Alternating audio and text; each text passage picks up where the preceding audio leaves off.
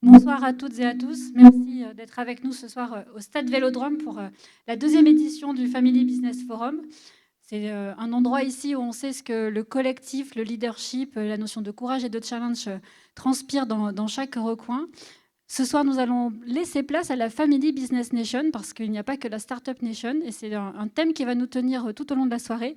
Dans quelques instants, j'aurai le plaisir d'accueillir à mes côtés Philippe Véran et on va parler de souveraineté et d'industrialisation. Et puis après, on se penchera sur un sujet important quand le manager vient d'ailleurs. Comment est-ce qu'on dirige une entreprise familiale quand on ne fait pas partie de la famille dirigeante? Et puis on s'intéressera à un sujet tout aussi important. Comment est-ce qu'on transforme les PME en ETI et quel est le rôle du capital familial dans la croissance? Et enfin, on conclura avec le ministre Renaud Dutreil. Merci, monsieur le ministre, d'avoir accepté de nous rejoindre à Marseille pour un débat. Et quand on a préparé cette édition, le pacte Dutreil n'était pas autant dans l'actualité, mais finalement, c'était plutôt bien. On va revenir sur le pourquoi de ce pacte et peut-être qu'est-ce qu'on peut en espérer pour les prochaines années. Merci encore une fois et désormais, place au débat. Philippe Véran, si vous voulez bien me rejoindre. Je vous laisse vous installer où vous voulez. Vous prenez un micro. Bonsoir. Alors Philippe Véran, est-ce qu'on a encore besoin de vous présenter? Surtout depuis ces dernières semaines où vous avez fait l'actualité sans le vouloir presque. Oui, alors ça, c'est pas l'actualité que je préfère. Mais Voilà. voilà. Encore que, ça pose des vraies questions, pour le coup. Voilà, ça pose des vraies questions. Mais donc, je suis Philippe Véran, j'ai 60 ans et je dirige le groupe Biotech Dental. Et nous avons un family office qui s'appelle Upperside Capital Partners que je co-dirige et je co-détiens avec la famille Thévenet. Donc Biotech Dental qui a été assez visionnaire sur l'implantologie en dentisterie, c'était il y a quelques années, vous avez eu une vraie vision. Sur les sujets d'industrialisation et de souveraineté, quelle est la place de la France et quelle doit être la place de la France peut-être au niveau européen et au niveau mondial? On a parlé de ce mouvement de réindustrialisation après la crise sanitaire. On avait l'impression qu'il y avait un vrai mouvement vraiment qui se faisait des usines. On avait l'impression qu'on facilitait aussi la création d'usines. Vous êtes en train d'en créer une pas loin d'ici. Vous avez injecté 2 millions d'euros, si je ne me trompe pas. Donc 15. 15, encore plus cher, effectivement. Comment est-ce que c'est facile de créer une usine aujourd'hui, finalement? Donc il y a plusieurs questions, Laurence. Peut-être d'abord essayer d'expliquer un peu où on en est aujourd'hui, en France en tous les cas, ma perception et la perception de beaucoup de patrons industriels comme moi. On a souvent beaucoup de mal à faire la part, je dirais, de ce qu'on peut représenter dans notre industrie. Donc nous, tous les patrons, je dirais tout seuls, on ne représente pas grand-chose et on n'est pas grand-chose, mais par contre, collectivement, quand on voit aujourd'hui ce que représentent les ETI en France, même si comparé à nos amis allemands ou aux Italiens, donc on est beaucoup moins puissants et beaucoup moins nombreux, en fait, on est quand même aujourd'hui une force extrêmement importante. On représente, donc il y a 5500 ETI recensés aujourd'hui en France. On représente à peu près 25% aujourd'hui de la main-d'œuvre, mais quasiment 40% aujourd'hui de l'emploi dans l'industrie, donc ce qui est quand même pas neutre. Donc ça veut dire qu'on a une grande part aujourd'hui dans l'industrialisation de la France. Et donc ça veut dire voilà, que nous sommes des acteurs importants et sur qui il faut compter. On l'a vu aussi pendant le Covid, donc encore une fois, je pense qu'il n'y a pas une seule ETI avec des familles au capital qui ont, je dirais, licencié, fermé, comme on a pu avoir des réactions. Nous, par exemple, dans le médical, donc pendant 2 mois, les cliniques dentaires ont été fermées partout dans le monde. Et on a vu que toutes les sociétés, je dirais, qui sont nos concurrentes et qui sont cotées en bourse, donc en avaient profité pour mettre dehors une partie de leur personnel. Donc, et c'est là où on s'aperçoit de la force, je dirais, d'un capital familial, donc à la tête d'une entreprise. Et évidemment, les perspectives ne sont pas les mêmes. Et surtout, les enjeux ne sont pas les mêmes. Donc nous, on est plus sur des enjeux de durée que sur des enjeux de délivrer. Et encore une fois, nos entreprises sont les nôtres et elles ne sont pas dirigées par des gens qui sont extérieurs à l'entreprise et qui peuvent être aussi des supra-employés. Donc, toujours pour continuer donc, dans les différentes questions que vous avez posées, donc oui, nous sommes importants, oui, il faut que ce soit encore plus, mais encore une fois, le retard qu'on a pris, je pense qu'on ne le rattrapera pas. Et là, il faut savoir dire la vérité. Il y a eu tout un élan qui a été donc post-Covid, donc on a parlé de réindustrialisation, on s'est rendu compte que les années où on prédisait qu'en fait il fallait fabriquer à l'extérieur là où ça coûtait pas cher et que la France allait devenir une terre de service et une terre de tourisme. On s'est aperçu que c'était une hérésie totale, mais ça, 25 ans après, pour rattraper ces 25 ans, on n'y arrivera pas. Donc là, il faut dire la vérité aujourd'hui. Et en matière de souveraineté, on ne pourra pas faire n'importe quoi. Et donc, il faudra rester sur une capacité que peuvent avoir certaines ETI ou certaines entreprises à beaucoup innover et à parier, je dirais, sur des industries qu'on peut, entre guillemets, appeler des industries du futur, comme les nôtres, par exemple, dans le médical. Mais en gros, il faut que ce soit toujours lié à une innovation et à un marché qu'on peut contrôler. Parce que pour le reste, aller produire moins cher en France aujourd'hui, sincèrement, je ne pense pas que ce soit possible. Donc là-dessus, il faut dire la vérité. Vous êtes présent aux États-Unis, c'est un marché que vous connaissez bien. Oui. On a vu effectivement la hausse des taxes qui ont été ordonnées par Donald Trump, qui ont bouleversé, et on a beaucoup parlé de ces sujets-là, ça a même trusté l'actualité pendant plusieurs semaines. Mais vous, vous dites, attention, il n'y a pas que les États-Unis qui sont un ennemi, si je peux dire les choses ainsi, mais il y a aussi la Chine. Enfin, moi, je dis plutôt qu'aujourd'hui, euh, on a un ennemi. Nous, les industriels, c'est la Chine. Voilà. Pour moi, les États-Unis, même si on a un problème temporaire aujourd'hui de protectionnisme avec Trump, c'est quelque chose qui peut dans le temps aussi disparaître. Par contre, je pense que ce qui est fait en Chine aujourd'hui, ça disparaîtra pas. Et en tous les cas, il faut faire extrêmement attention à la Chine. Donc moi, c'est quelque chose que par expérience maintenant, parce que je connais la Chine depuis... donc la première fois où je suis allé en Chine avec mon associé, c'était en 1996. Donc on y est retourné évidemment de nombreuses fois depuis. Et c'est vrai qu'on a vu ce pays se transformer de façon extraordinaire. Là où avant ils étaient copieurs, ils sont aujourd'hui. Alors ils sont toujours, quand même, hein, ils sont toujours, je dirais, suiveurs par rapport aux innovations qui peuvent être sorties en Occident. Mais par contre, ils ont cette capacité aujourd'hui à aller beaucoup plus vite que nous sur même les marchés innovants. On le voit dans l'intelligence artificielle, on le voit dans la robotique, enfin on le voit quasiment surtout sur l'industrie automobile avec les voitures électriques évidemment. Mais il y a, sincèrement, donc aujourd'hui, ils sont passés à une vitesse supérieure, on ne peut pas lutter contre eux. Donc c'est pas possible. Et si on veut lutter contre les produits qui peuvent arriver de Chine, il y a deux solutions. La première, c'est éduquer le consommateur, c'est-à-dire il faut que le consommateur soit responsable. Est-ce que le consommateur aujourd'hui, pour être responsable, j'étais la semaine dernière au salon du Made in France. Euh, Est-ce que je- je- quand on a l'inflation et qu'on a cette ouais, mais instabilité, voilà. est-ce qu'on peut dire que le consommateur peut être responsable? Non, mais voilà, je crois qu'il ne faut pas trop y compter. Il y a un élan, je dirais, national sur le fait qu'on trouve nos entreprises très sympathiques, mais après, il y a la réalité. Nous, je le vois aujourd'hui dans un marché qui est purement B2B chez nous, donc qui est le marché du dentaire.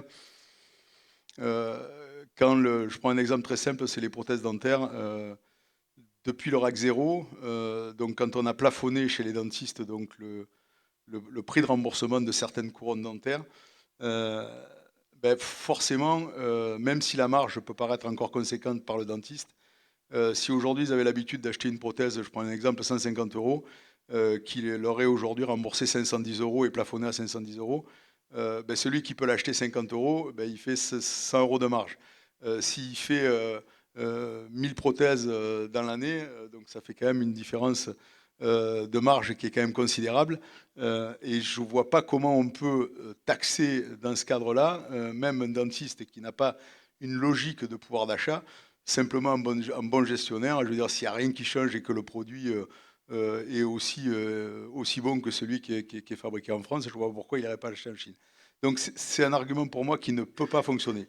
Donc le seul argument qui peut marcher, à mon sens, c'est de dire, ben, soit on ne rembourse pas les prothèses qui viennent de Chine dans notre, voilà, par exemple, dans notre marché, ça pourrait être une décision de protectionnisme, soit on met 200% de droits de douane ou 110%, ou on fait ce qu'a fait Trump aux États-Unis, et là on règle le problème, et du coup, ben, voilà, on remet en compétition les entreprises françaises. Mais pour le reste, sincèrement, je ne vois pas de... Enfin, après, ce serait intéressant peut-être dans les débats de voir un peu ce que les gens pensent et ce que d'autres personnes ont comme avis. Mais en tous les cas, moi, je suis extrêmement pessimiste. Si on n'a pas de décision de nos pouvoirs publics de nous protéger, nous industriels, de cette menace qu'est la Chine, je ne vois pas comment on va pouvoir fonctionner, clairement.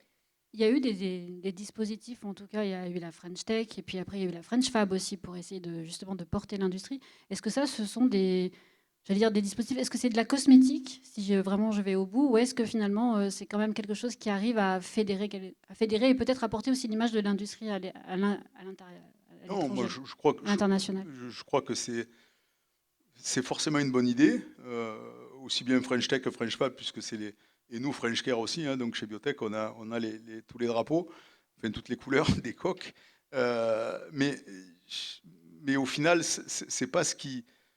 Et je dis, allez, pour être clair, dans une ambiance extrêmement positive, où tout le monde est très optimiste, voilà, on va dire que c'est extraordinaire, on va tous se taper sur le bide et on va dire c'est fabuleux.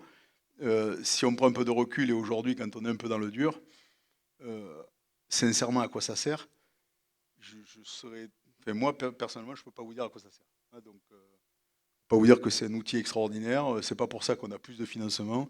C'est pas pour ça qu'on a plus de subventions. C'est pas pour ça qu'on a plus d'aides. C'est pas pour ça qu'on a plus de rien. Donc voilà. Donc encore une fois, c'est quelque chose qui est bien quand on essaie de construire et quand on fait passer un message avec un avenir, avec de la perspective et avec voilà. Donc là, c'est un peu, vous Vous le voulez disiez dire tout qu'il à faut des l'heure. projets, peut-être, qui soient associés, en tout Oui, cas, une feuille de route? alors, encore une fois, sans faire de politique, mais je pense qu'en 2017, quand Macron a été élu, il y a quand même eu toute cette. Voilà, je pense que toute cette.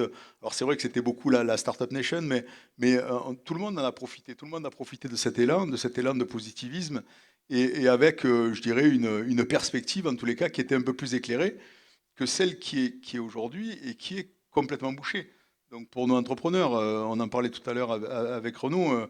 Il n'y a rien de plus difficile aujourd'hui quand on dirige une entreprise que de ne pas savoir où on va. Euh, Aussi, le fait de ne pas avoir d'essuie-glace et d'être dans le brouillard, ça nous permet de ne pas combattre sur les vrais problèmes que nos concurrents, eux, ben, sont en train de régler ou des décisions qu'eux ont prises sur des choses qu'il fallait faire et que nous, aujourd'hui, ben voilà, on est dans l'incertitude la plus totale et ça bloque tout et c'est pas très normal.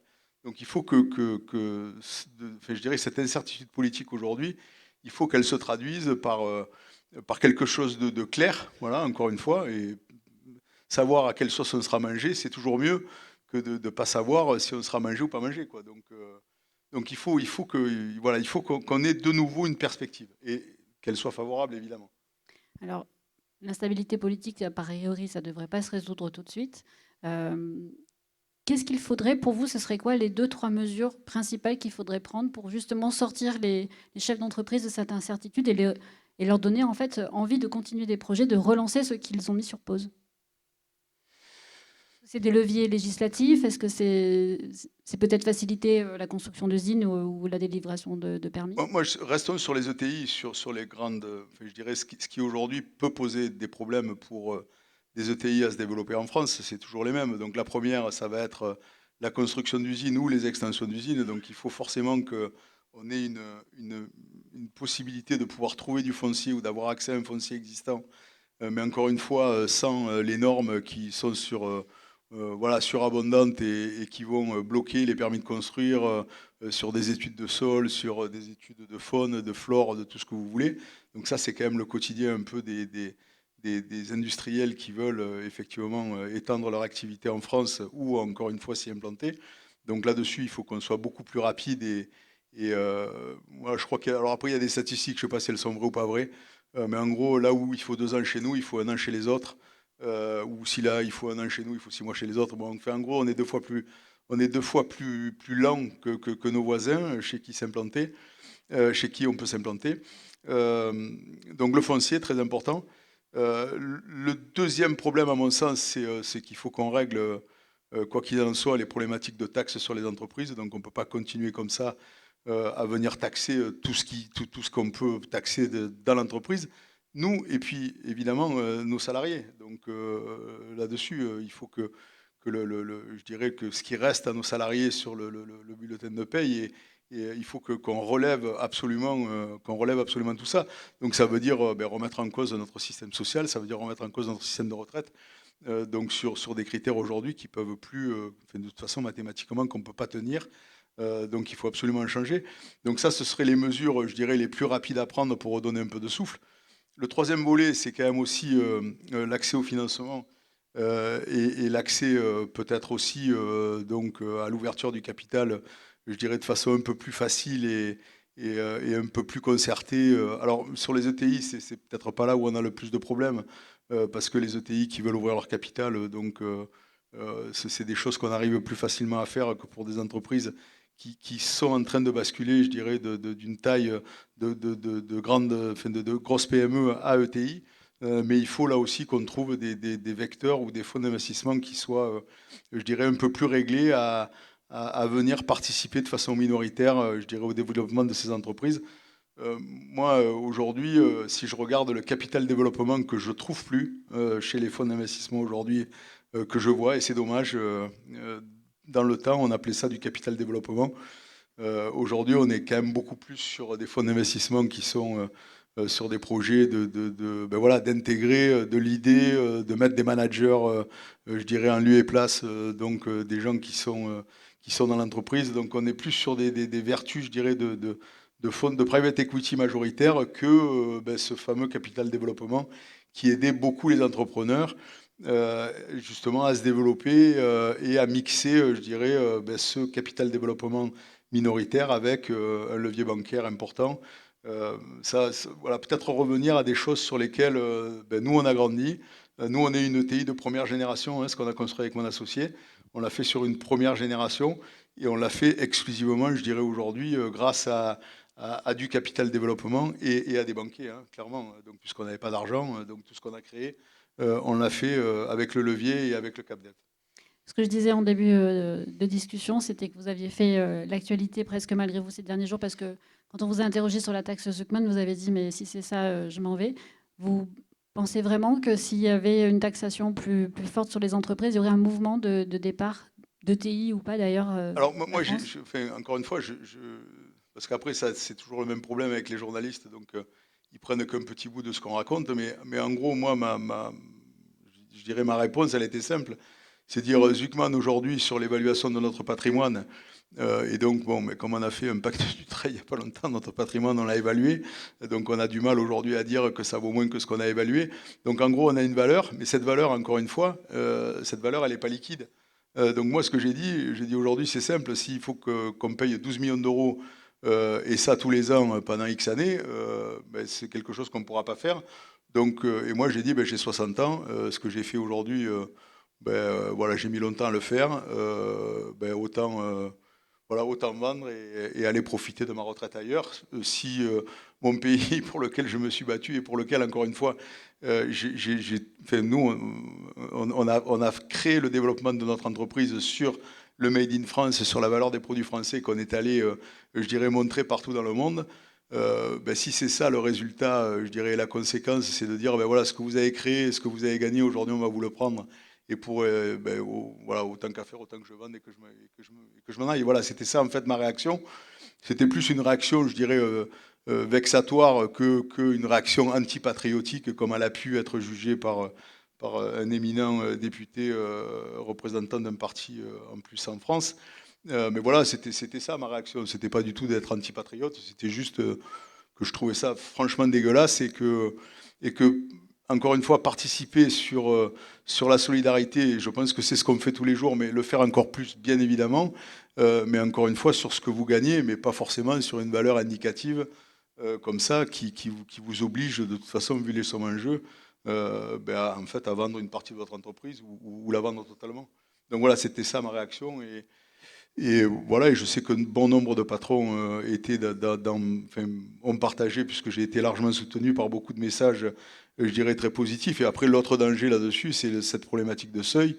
Aujourd'hui, vous commencez avec un seuil, et puis tous les ans, vous diminuez le seuil. Je veux dire, on augmente le seuil pour les impôts avec les taux, mais on diminue les seuils pour que ce soit de toute façon taxable. Donc après, une fois qu'on a ouvert, je dirais, la boîte de Pandore à ce type, je dirais, de mesures, ben forcément, ça ne s'arrêtera plus, quoi. Donc il y avait aussi ce message-là de danger, voilà, pourquoi aujourd'hui 100 millions, pourquoi pas 50 et pourquoi pas 10, quoi. Effectivement, merci beaucoup Philippe Véran pour votre Merci. témoignage, toujours Merci bien. intéressant.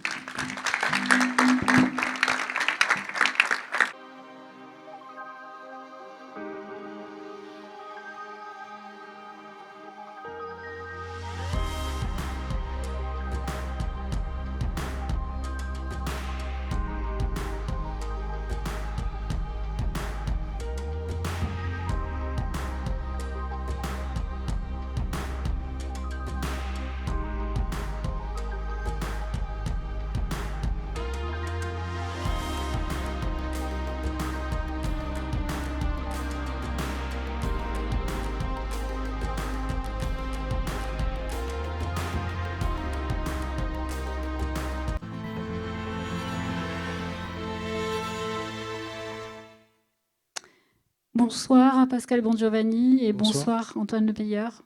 Bonsoir. Merci d'être avec nous ce soir. Pascal Bongiovanni, vous êtes le directeur général du groupe Chabas.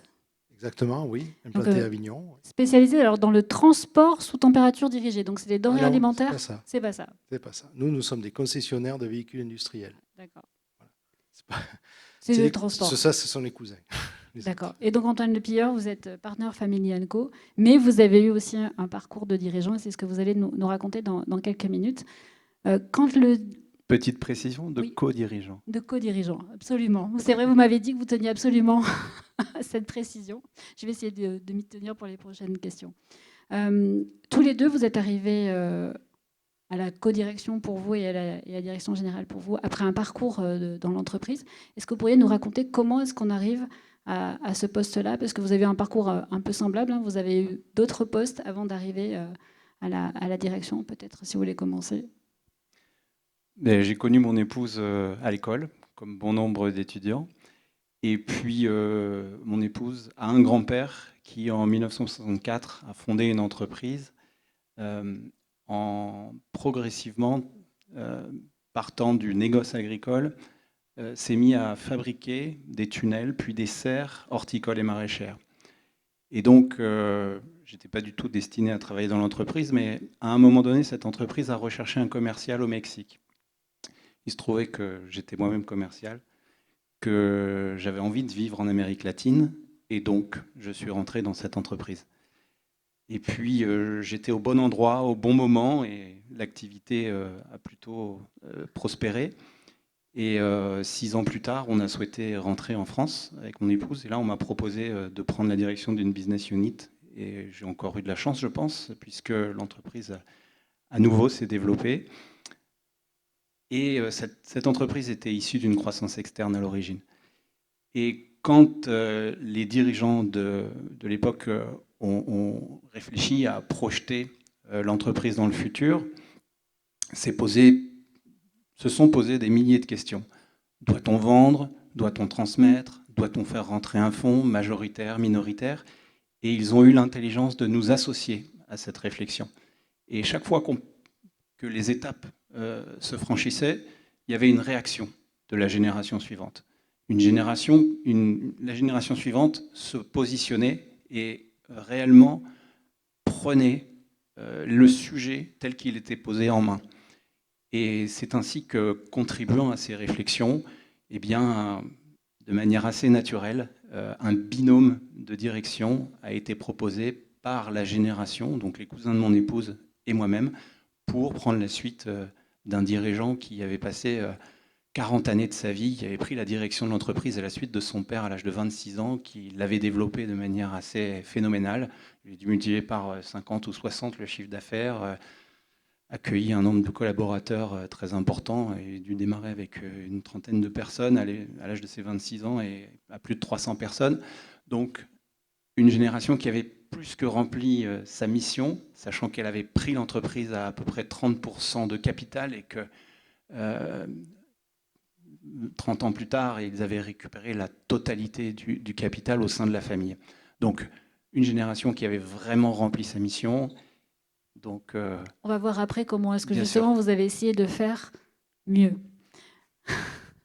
C'est une private joke entre vous. Pascal Bongiovanni, pour vous, ça s'est passé comment? Alors écoutez, je suis rentré dans l'entreprise par une petite annonce qui recherchait un collaborateur. Moi, je sortais de l'armée avec mon BTS compta en poche. Et j'ai intégré la société Chabas en 89. Et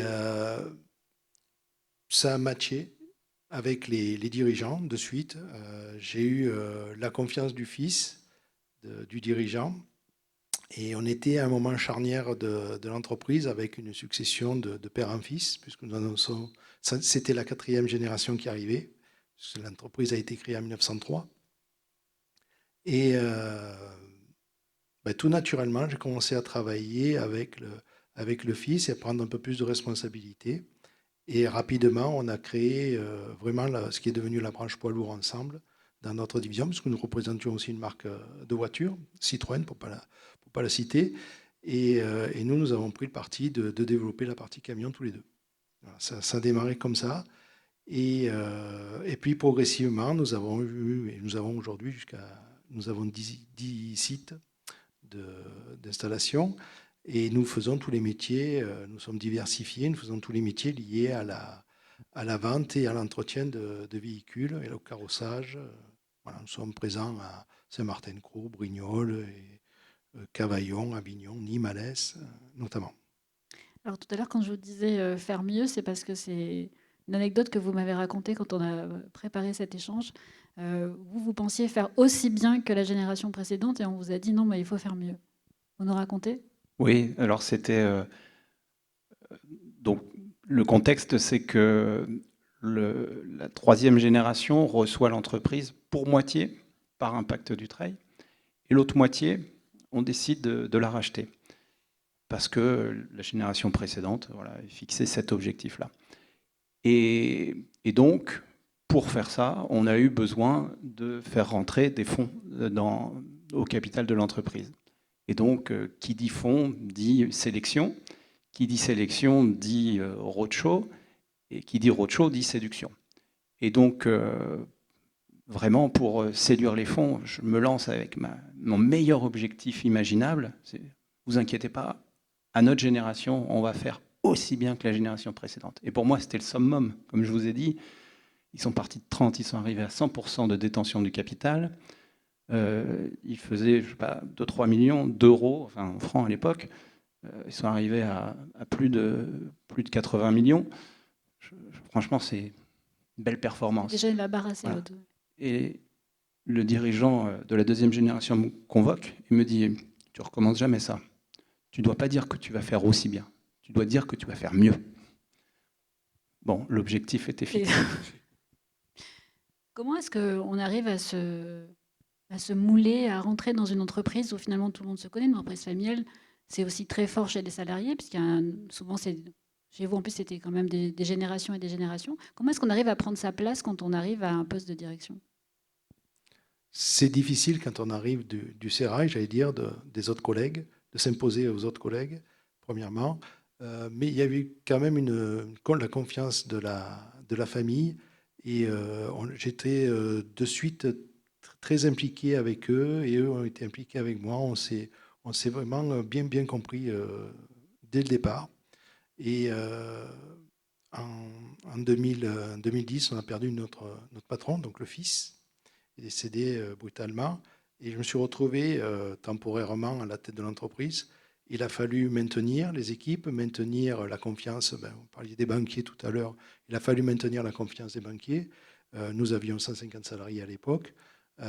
Et le fils qui reprenait était trop jeune encore pour avoir toutes les épaules pour prendre l'entreprise. Donc pendant quelques temps, on a travaillé, on a créé un comité de direction et on a redémarré comme ça pendant 15 ans.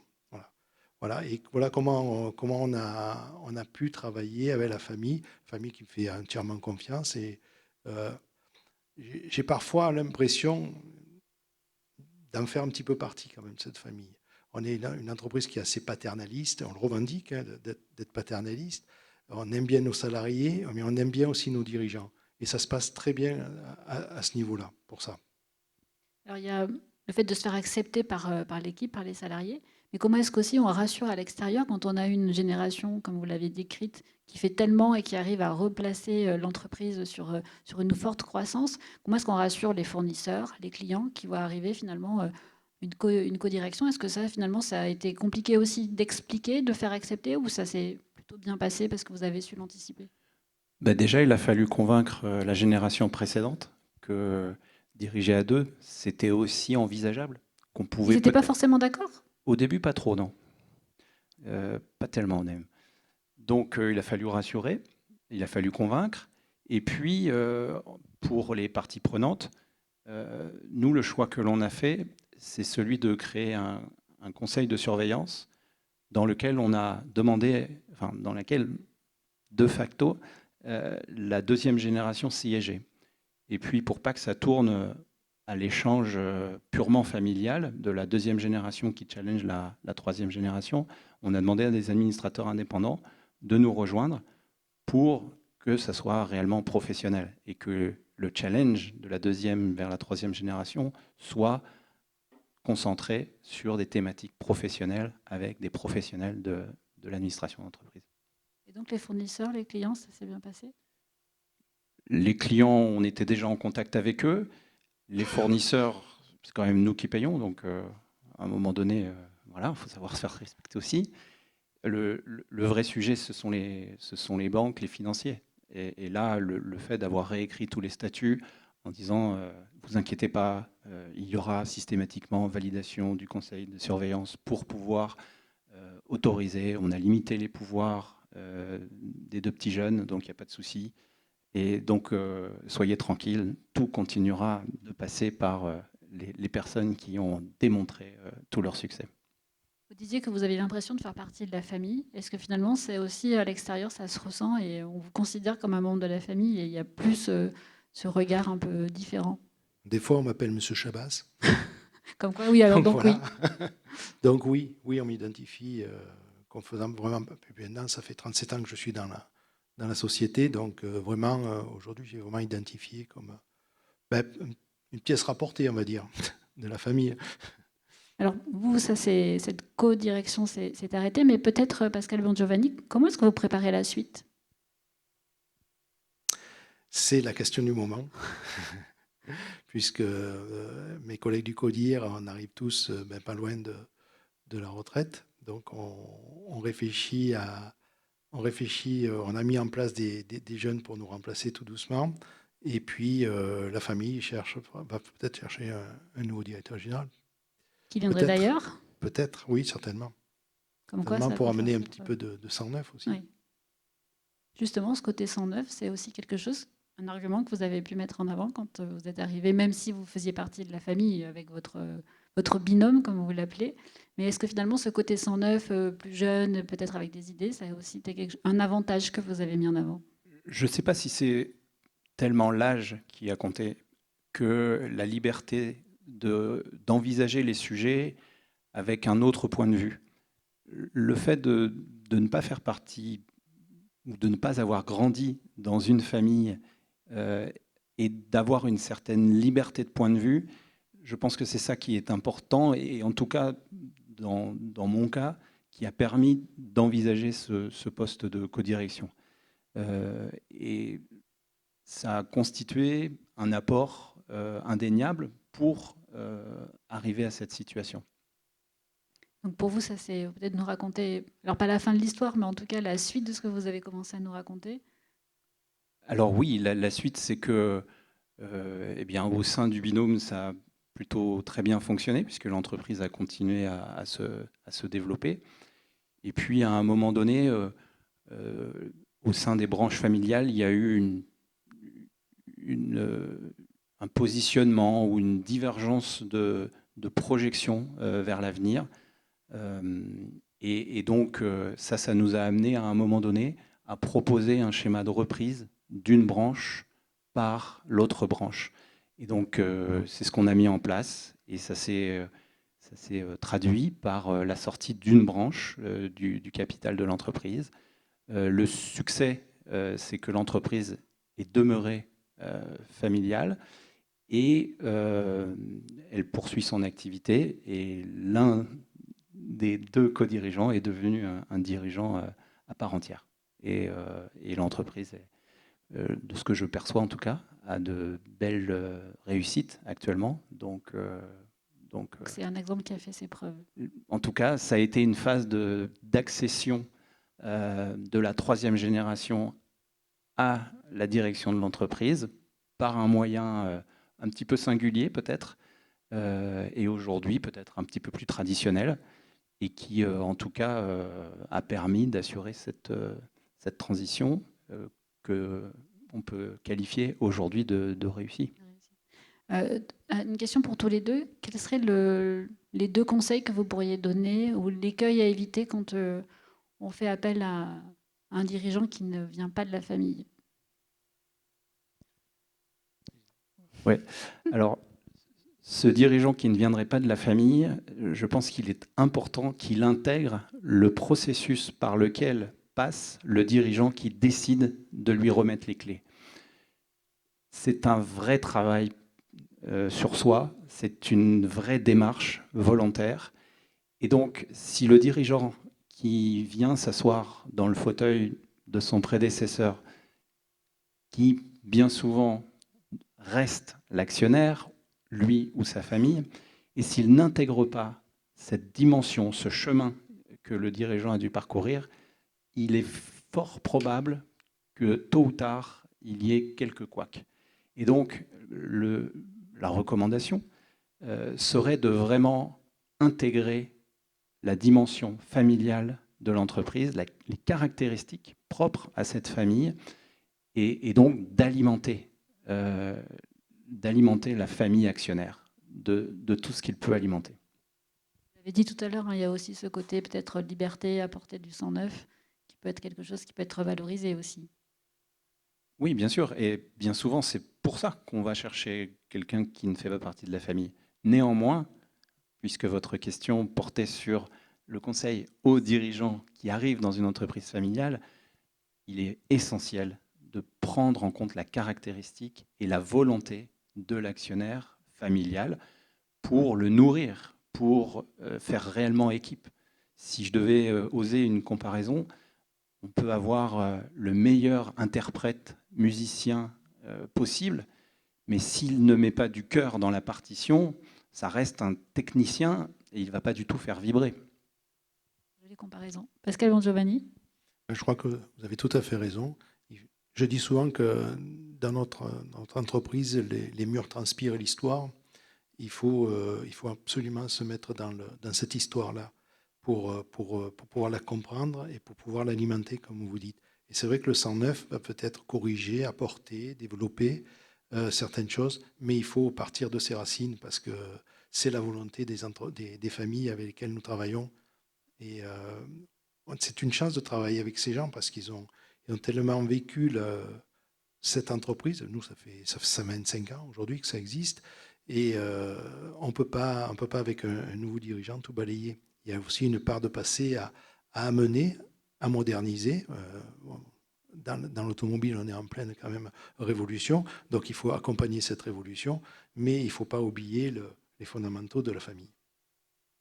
Merci à tous les deux pour ces témoignages très intéressants. On est rentré dans le cœur des histoires de ces entreprises et c'est passionnant. Peut-être que ça pourra rassurer ou donner des idées à ceux qui sont là avec nous ce soir.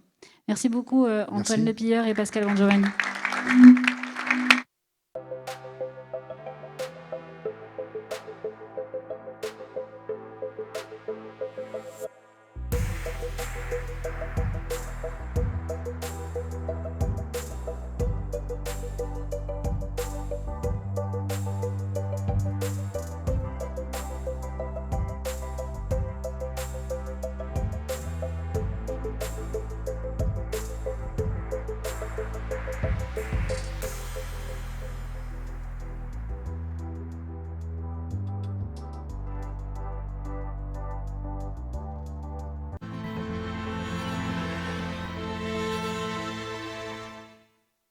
Alors maintenant, on va s'intéresser à un sujet passionnant, c'est comment faire croître les PME en ETI. On dit toujours qu'on manque d'ETI en France.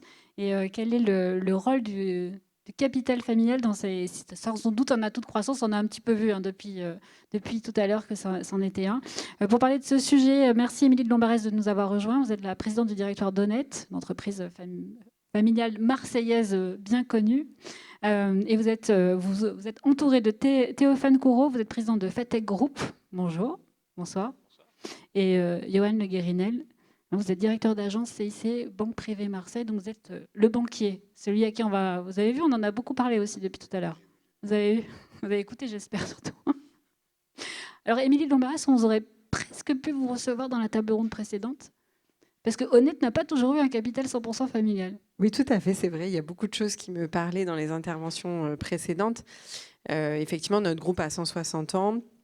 Donc, moi, je fais partie avec mes frères de la 7e génération, avec 2 phases, j'allais dire, dans le capital du groupe. C'est-à-dire qu'on a eu des phases très, très rapprochées de succession, voilà, où l'entreprise est passée même de famille à cousin, donc voilà, un peu rapide. Et puis c'est mon arrière-grand-père dans les années 50 qui a développé vraiment fortement l'entreprise et la propreté, qui est le métier pour lequel on est plus connu aujourd'hui. Et depuis mon arrière-grand-père avait nommé un dirigeant externe à la famille. Et du coup, ce dirigeant qui s'appelle Max Massa et qui a vraiment fait la croissance du groupe et la diversification dans tous les métiers dans lesquels nous sommes aujourd'hui. Et du coup, Max a connu les 4 générations, c'est-à-dire qu'il a été nommé par mon arrière-grand-père. Il a connu mon grand-père et son beau-frère qui sont rentrés dans l'entreprise, qui ont fait beaucoup de choses, mais qui n'ont jamais eu la direction exécutive en fait du groupe.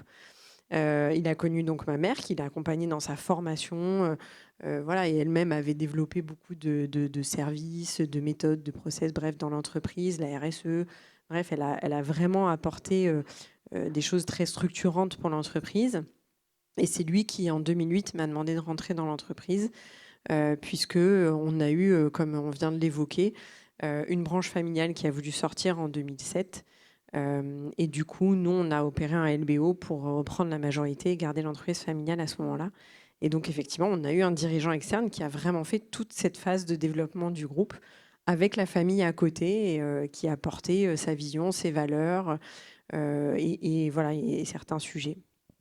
Finalement, le capital familial, là, pour le coup, ça a été vraiment un facteur de réassurance, même si le dirigeant n'était pas issu de la famille. Je pense qu'on a vraiment vécu ça chez Honnête, c'est-à-dire comment la famille est porteuse de la vision à long terme. Et c'est ce qu'on dit souvent des entreprises familiales, c'est-à-dire qu'on apporte une vision à long terme. Nos décisions, elles sont pas les mêmes. Voilà, quand on a une famille qui est là et qui a cette vocation de long terme, et nous, on a cette vision de l'entreprise, finalement, elle nous dépasse. Et si on considère que l'entreprise, elle nous dépasse, on prend des décisions qui vont beaucoup plus loin que juste notre propre mandat de dirigeant. Et c'est vrai que cette double organisation avec un dirigeant externe, mais une organisation en conseil de surveillance et en directoire, comme on a pu la vivre, permet d'avoir un calage finalement des décisions et une responsabilité de contrôle dans les pouvoirs. Théophane Corot, alors Fatec n'a pas toujours été l'entreprise qu'elle est aujourd'hui. Vous avez commencé aussi en étant un peu plus modeste. Est-ce que quand on crée son entreprise ou quand on est dans les premières années, avoir un capital familial, est-ce que c'est toujours rassurant pour l'extérieur? Donc, Fatec est né en 2013. On est le baby de la salle. Entreprise familiale, on a des très beaux exemples inspirants ici. Et félicitations. Mais moi, quand on m'a dit un jour que mon entreprise était familiale, j'ai cru qu'il y avait usurpation d'identité. En fait, elle est familiale parce que le capital est familial, parce que mon associé est ma femme. Donc, en fait, on est même techniquement une entreprise conjugale. On est une entreprise à 50-50. Et quand je suis allé voir mon notaire en lui disant « Écoute, aujourd'hui, j'ai 100% du capital et je voudrais partager avec ma femme », il m'a dit « Tu fais 2 conneries. » La première, c'est de partager à 50-50 parce qu'une codirection, c'est pas facile d'y arriver. On a des beaux exemples qui montrent que c'est possible. Merci Antoine. Et puis en plus avec ta femme. Je dis bah, écoute, raison de plus pour y aller. Voilà. Et donc on est une très jeune entreprise familiale. Et puis moi j'ai démarré en reprenant un fonds de commerce, des éléments d'actifs avec une quarantaine de salariés. Et quand j'allais voir mes premiers prospects ou clients à Paris, parce que moi je cible les grandes entreprises pour gérer leurs véhicules, gérer leur mobilité, ils me regardaient avec un peu de condescendance en disant ah oui, vous êtes une PME familiale marseillaise. Bon, j'ai fini par comprendre que ça les rassurait pas suffisamment. Et puis, je suis allé voir la BPI, qui est rentrée à notre capital, qui a pris quelques pourcents et qui nous a mis le label BPI Excellence. Ça veut dire qu'ils nous ont mis dans un programme d'accompagnement. Et ça veut dire qu'après, quand j'allais voir les mêmes entreprises, je leur disais, vous savez, on a tous les labels. On est une PME qui est en train de devenir une ETI. Et là, tout d'un coup, ils étaient rassurés. Ils disaient, vous n'êtes pas juste une petite boutique familiale marseillaise. Vous êtes en fait une entreprise qui a de l'ambition, qui se donne les moyens de ses ambitions, qui a un vrai projet et qui sait aussi ouvrir les fenêtres pour aller chercher des bonnes idées. Et c'est ça que nous on a apprécié dans cet accompagnement en ne restant pas 100% familiaux. Oui, tourner sur vous. Le banquier, il en dit quoi de ces témoignages? Bon, déjà, le banquier, il ne mange pas. Parce que, au contraire, le banquier, c'est un peu le sang de l'économie. Les poumons, le cœur, les cerveaux, c'est vous. Donc, on a besoin de vous, et c'est vous aussi nos clients, avant tout. Une entreprise familiale, pour nous, c'est super rassurant. Lorsqu'on a une entreprise qui a une vision longue, qui va plutôt aller sur des objectifs de pérennité plus que de rentabilité à court terme, c'est très rassurant. À l'inverse, parfois, ça ne suffit pas. En fait, la table de capi dépend de l'activité de la société. Vous avez des sociétés sans le capital investissement qui ne pourront pas croître. Une biotech, pas dans les dents, mais une biotech qui fait de la recherche et développement. Ne vous énervez pas, Philippe Véran, s'il vous plaît. J'ai vu qu'il peut facilement être énervé, c'est génial. Une biotech qui fait de la recherche et développement, elle aura forcément besoin de fonds à un moment donné, puisqu'elle brûle du cash, et donc il ne faut pas jeter en fait le bébé avec l'eau du bain, en l'occurrence. Et parfois, les entreprises ont besoin de capitaux extérieurs parce qu'ils ont besoin d'autofinancement. Vous faites une croissance, vous avez des gros capitaux, ce qu'on appelle des CAPEX, donc besoin de beaucoup d'investissement dans votre entreprise. Vous ne pourrez pas non plus beaucoup vous développer sans des apports en capitaux extérieurs. Une fois que c'est dit, je discutais avec la personne qui est responsable des grandes entreprises chez nous. 100% des grandes entreprises en local sont clientes chez nous, familiales. Les seules qui ne sont pas clientes, ce sont celles qui n'ont pas de capital familial, où la famille est à l'étranger, où l'entreprise appartient à des fonds ou être introduite aux bourses. Donc c'est aussi pour nous un gage de fidélité et c'est super de travailler avec des entreprises familiales. Voilà, pour les entreprises familiales, donc, vous les connaissez toutes. Toutes celles qui sont là, vous les connaissez? Non. Vous voyez, non. Oui. il y a des marges de progression. En l'occurrence, oui, un peu là. Émilie Dombarès, comment est-ce qu'on reprend les rênes d'une entreprise familiale? Est-ce qu'on se prépare à ça depuis toujours? Ou est-ce qu'on vient vous le demander et du coup, c'est là où vous vous posez la question, pourquoi pas? Parce que vous n'êtes pas l'aîné, hein, si je peux me permettre.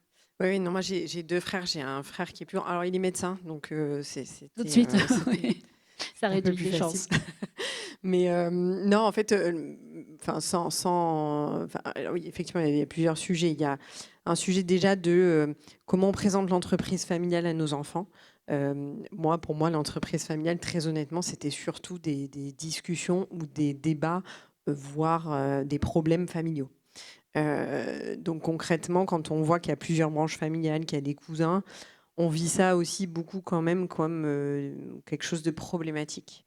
Donc il faut arriver, et beaucoup de familles le font très bien, on a de beaux exemples, à au contraire donner de l'attachement à l'entreprise. Et je le disais tout à l'heure, quand on dit l'entreprise, elle nous dépasse, ça veut dire qu'en fait, il faut arriver à projeter la famille dans finalement, c'est super, ce qui est très bien, ce qu'on fait, on est très fiers, etc. Mais il y a quand même ce sujet de ce mot un peu tabou, de l'héritage. C'est-à-dire qu'en fait, on hérite quand même de quelque chose qui est un bel outil, mais qui est une grosse pression. Et donc, voilà, moi j'étais plutôt dans l'équipe, on va dire, de non, jamais dans l'entreprise familiale. Et finalement, je me suis formée pour faire face à tout ce qui peut arriver, donc avec des formations très larges. Et jusqu'en 2007, où là, nous, on nous dit, bah voilà, là, il y a une décision à prendre, la famille veut vendre, qu'est-ce qu'on fait? On vend pas. Et là, en fait, une fois que vous êtes face à cette décision et vous dites non, bien évidemment que non, parce qu'on en a hérité. Et à la limite, nous, on s'est dit, on n'a pas le droit de vendre. Et c'est la question qu'on se pose vraiment, vendre pourquoi? Une fois que j'ai vendu l'entreprise familiale, je vais réinvestir à côté. On s'est dit non, mais nous, en fait, avec Honnête, on a l'opportunité de changer le monde parce que c'est une entreprise qui a une vraie empreinte sociale, parce qu'on est dans le service, qu'on trouve que voilà, qu'il y a un vrai... il y a un vrai lien social derrière. Bref, on a vu tout ça et on s'est dit, bah non, si on veut changer le monde, on peut le faire avec notre boîte. Donc du coup, on s'est dit, on a de la responsabilité parce qu'on a bien grandi, bien vécu grâce à ces entreprises. Donc finalement, on lui doit quelque chose à l'entreprise, on doit la pérennité. Donc ça, c'était la première chose. Et 2, on s'est dit, non, mais en fait, on a un formidable champ de travail pour faire plein de choses. Et donc moi, c'est comme ça que je suis rentrée dans l'entreprise. C'est-à-dire 2007, décision familiale, on garde. On garde, on reste, on réinvestit, on se fait accompagner, on fait un LBO, on cherche des minoritaires. Haute dimension. Enfin, je veux dire, clairement, on passe dans une autre dimension parce que le sujet pour nos entreprises, c'est quand même ça. Garder, passer d'une génération à l'autre, c'est avant tout un risque financier. Enfin, je veux dire, qui supporte le coût de ça? Voilà, faut pas se leurrer. Je veux dire, on en parlait tout à l'heure, mais Je vais aller vite sur ce sujet, je suis désolée, d'héritage, et je remercie Monsieur Dutreil, on en a parlé plusieurs fois aussi à Paris. À un moment donné, l'enjeu qu'on a et le poids qu'on a, il est très lourd, mais l'enjeu financier des successions, il est colossal. Et donc, en fait, est-ce qu'on va arriver à faire en sorte de faire perdurer nos entreprises pour financer ces successions ? Donc, il y a tous ces enjeux-là qui se sont posés à un moment donné. Et pardon, je reviendrai quand même à votre question, mais j'ai quand même ces messages à faire passer. C'est vrai que c'est important pour moi. Voilà, aujourd'hui, en fait, le capital familial, tout le monde dit c'est super, c'est la pérennité, c'est ce qu'il faut. Et aujourd'hui, on a des gens contre nous, contre cet héritage, qui est un mot qui aujourd'hui est quand même plutôt un gros mot en France. Sauf qu'en fait, on oublie que transmettre une entreprise, et je reviens aussi sur ce que disait Philippe tout à l'heure, transmettre une entreprise, la valorisation de notre entreprise, elle est sur le futur. Donc, c'est-à-dire, si moi, je ne suis pas là aujourd'hui, si je ne suis pas là aujourd'hui et que je ne travaille pas sur le futur de ma boîte, elle ne vaut pas ce qu'elle vaut aujourd'hui. Donc en fait, à quel moment on nous empêche finalement de transmettre à nos familles ? En fait, il y a quelque chose de complètement absurde, qui est que les gens qui sont contre aujourd'hui le pacte Dutreil poussent nos entreprises à être détenues par des fonds, qui ne sont pas des fonds forcément bienveillants, et qui font partir nos entreprises finalement dans des systèmes financiers qui demandent des rentabilités qui ne sont pas celles qu'on demande à nos entreprises, donc qui ne mettent nos entreprises sous une pression qui est différente. Et donc aujourd'hui, on a quelque chose qui se passe qui est complètement absurde en fait dans ce sens-là. Et donc pour revenir à votre question, en fait dans cette transmission et quand on intègre l'entreprise familiale, alors on se demande effectivement quel rôle on joue. Alors on va nous dire ben voilà, il y a les valeurs, etc. Donc il y a tout un rôle de l'implication de l'actionnaire dans l'entreprise familiale. Et après sur la direction, c'est la deuxième question qu'on se pose, c'est est-ce que je suis capable de la diriger ? Et là, pour le coup, moi, quand je suis rentrée dans l'entreprise, j'ai passé 10 ans dans différents services, à me former, à essayer de voir ce qui se passait. Je pensais jamais que j'en prendrais la direction, très honnêtement, parce qu'on avait un modèle, nous, où le dirigeant était externe et que je trouvais que c'était un bon contre-pouvoir. Voilà, sauf quand à un moment donné, quand il y a des choses qui se passent dans la boîte et que vous avez envie de pousser des choses, c'est mieux d'avoir la direction. C'est plus rapide en fait pour faire passer ce que vous avez envie de faire en termes de pouvoir. Et puis voilà, moi j'ai pris la direction quand on avait changé de dirigeant. Le dirigeant qui était arrivé est malheureusement tombé malade. Et là, je me suis dit, qu'est-ce qu'on fait ? Soit on prend quelqu'un de l'externe, mais il va falloir repasser ce que vous disiez, c'est-à-dire les valeurs, le projet, l'envie. Et là, finalement, j'ai proposé au conseil de prendre la direction en me disant, je ne sais pas, il y a plein de choses que je ne sais pas faire. Donc il faut s'entourer. Il faut s'entourer de contre-pouvoirs. Voilà, il faut être assez lucide sur tout ça. En revanche, je sais où je veux aller. Voilà. Et du coup, c'est ça qui a déclenché la prise de direction. Et voilà. Et aujourd'hui, ça fait 7 ans maintenant. Voilà, j'ai un projet devant moi. Voilà, après, je pense qu'il y a des cycles aussi dans les entreprises. Moi, je pense que voilà, au bout de 15 ans, avec la même personne qui pense exactement la même chose, il faut s'entourer différemment, il faut répartir un peu les pouvoirs. Voilà, je pense que c'est ça les cycles des entreprises aussi pour passer des caps, quoi. On reviendra peut-être après justement sur ce développement. Théophile Gouraud, alors comment est-ce qu'on a fait grandir la PME à ETI ? Ça a été quoi les challenges ? Alors moi, j'ai quitté une entreprise familiale en décidant de ne pas prendre la suite de mon père, mais en étant inspiré par ces belles histoires. Et en fait, je me suis à un moment posé la question de ma propre légitimité. Et l'image que j'ai eue, c'est que j'avais la chance d'être un descendant, mais j'espérais devenir un ascendant. Et du coup, je suis reparti presque de zéro, au sens où je n'ai pas capitalisé sur le travail des générations précédentes. Voilà. Et donc, j'ai repris un fonds de commerce avec une quarantaine de salariés. Et puis voilà, d'année en année, en une douzaine d'années, on a fait à peu près x10 en activité, avec finalement une vision, une ambition, avec surtout des équipes dont je suis extrêmement redevable parce que c'est elles qui ont réalisé le job. Moi, je leur ai donné le cap, le rythme, quelques outils. Et en fait, j'ai été touché par l'attractivité des valeurs de l'entreprise et la culture familiale à attirer, en tout cas les personnes qui nous ont rejointes. Les autres, je ne peux pas en parler. Mais celles qui nous ont rejointes s'approprient l'identité de l'entreprise, notamment la culture familiale. Et pour l'anecdote, de façon assez récente, on a décidé de commencer notre développement à l'international. Et pour ça, je suis allé voir mes banques pour m'aider à le financer. Et j'ai reçu un très bon accueil. Ça m'a agréablement surpris.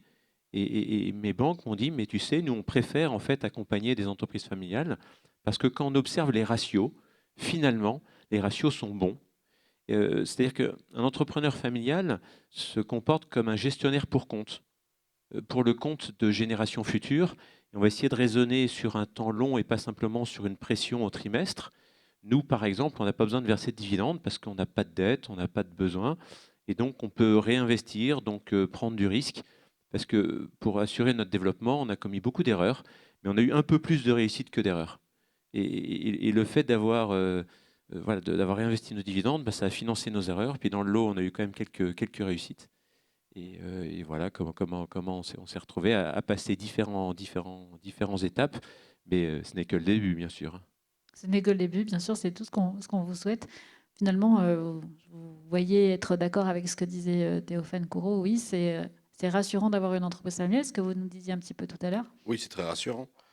Je crois qu'il y a une statistique, c'est 60% des entreprises familiales détiennent leur actif immobilier, contre 40% pour les entreprises financiarisées, on va dire. Ça dénote quand même d'un... Alors, c'est aussi une fusion entre le patrimoine perso et le patrimoine pro. C'est-à-dire que lorsqu'on parle à un chef d'entreprise, en fait, c'est un patrimoine global pour lui.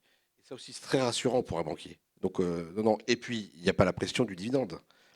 Lorsqu'on a financiarisé l'entreprise, le dividende sert avant tout à la croissance, un peu pour le dirigeant quand même, mais avant tout pour la croissance.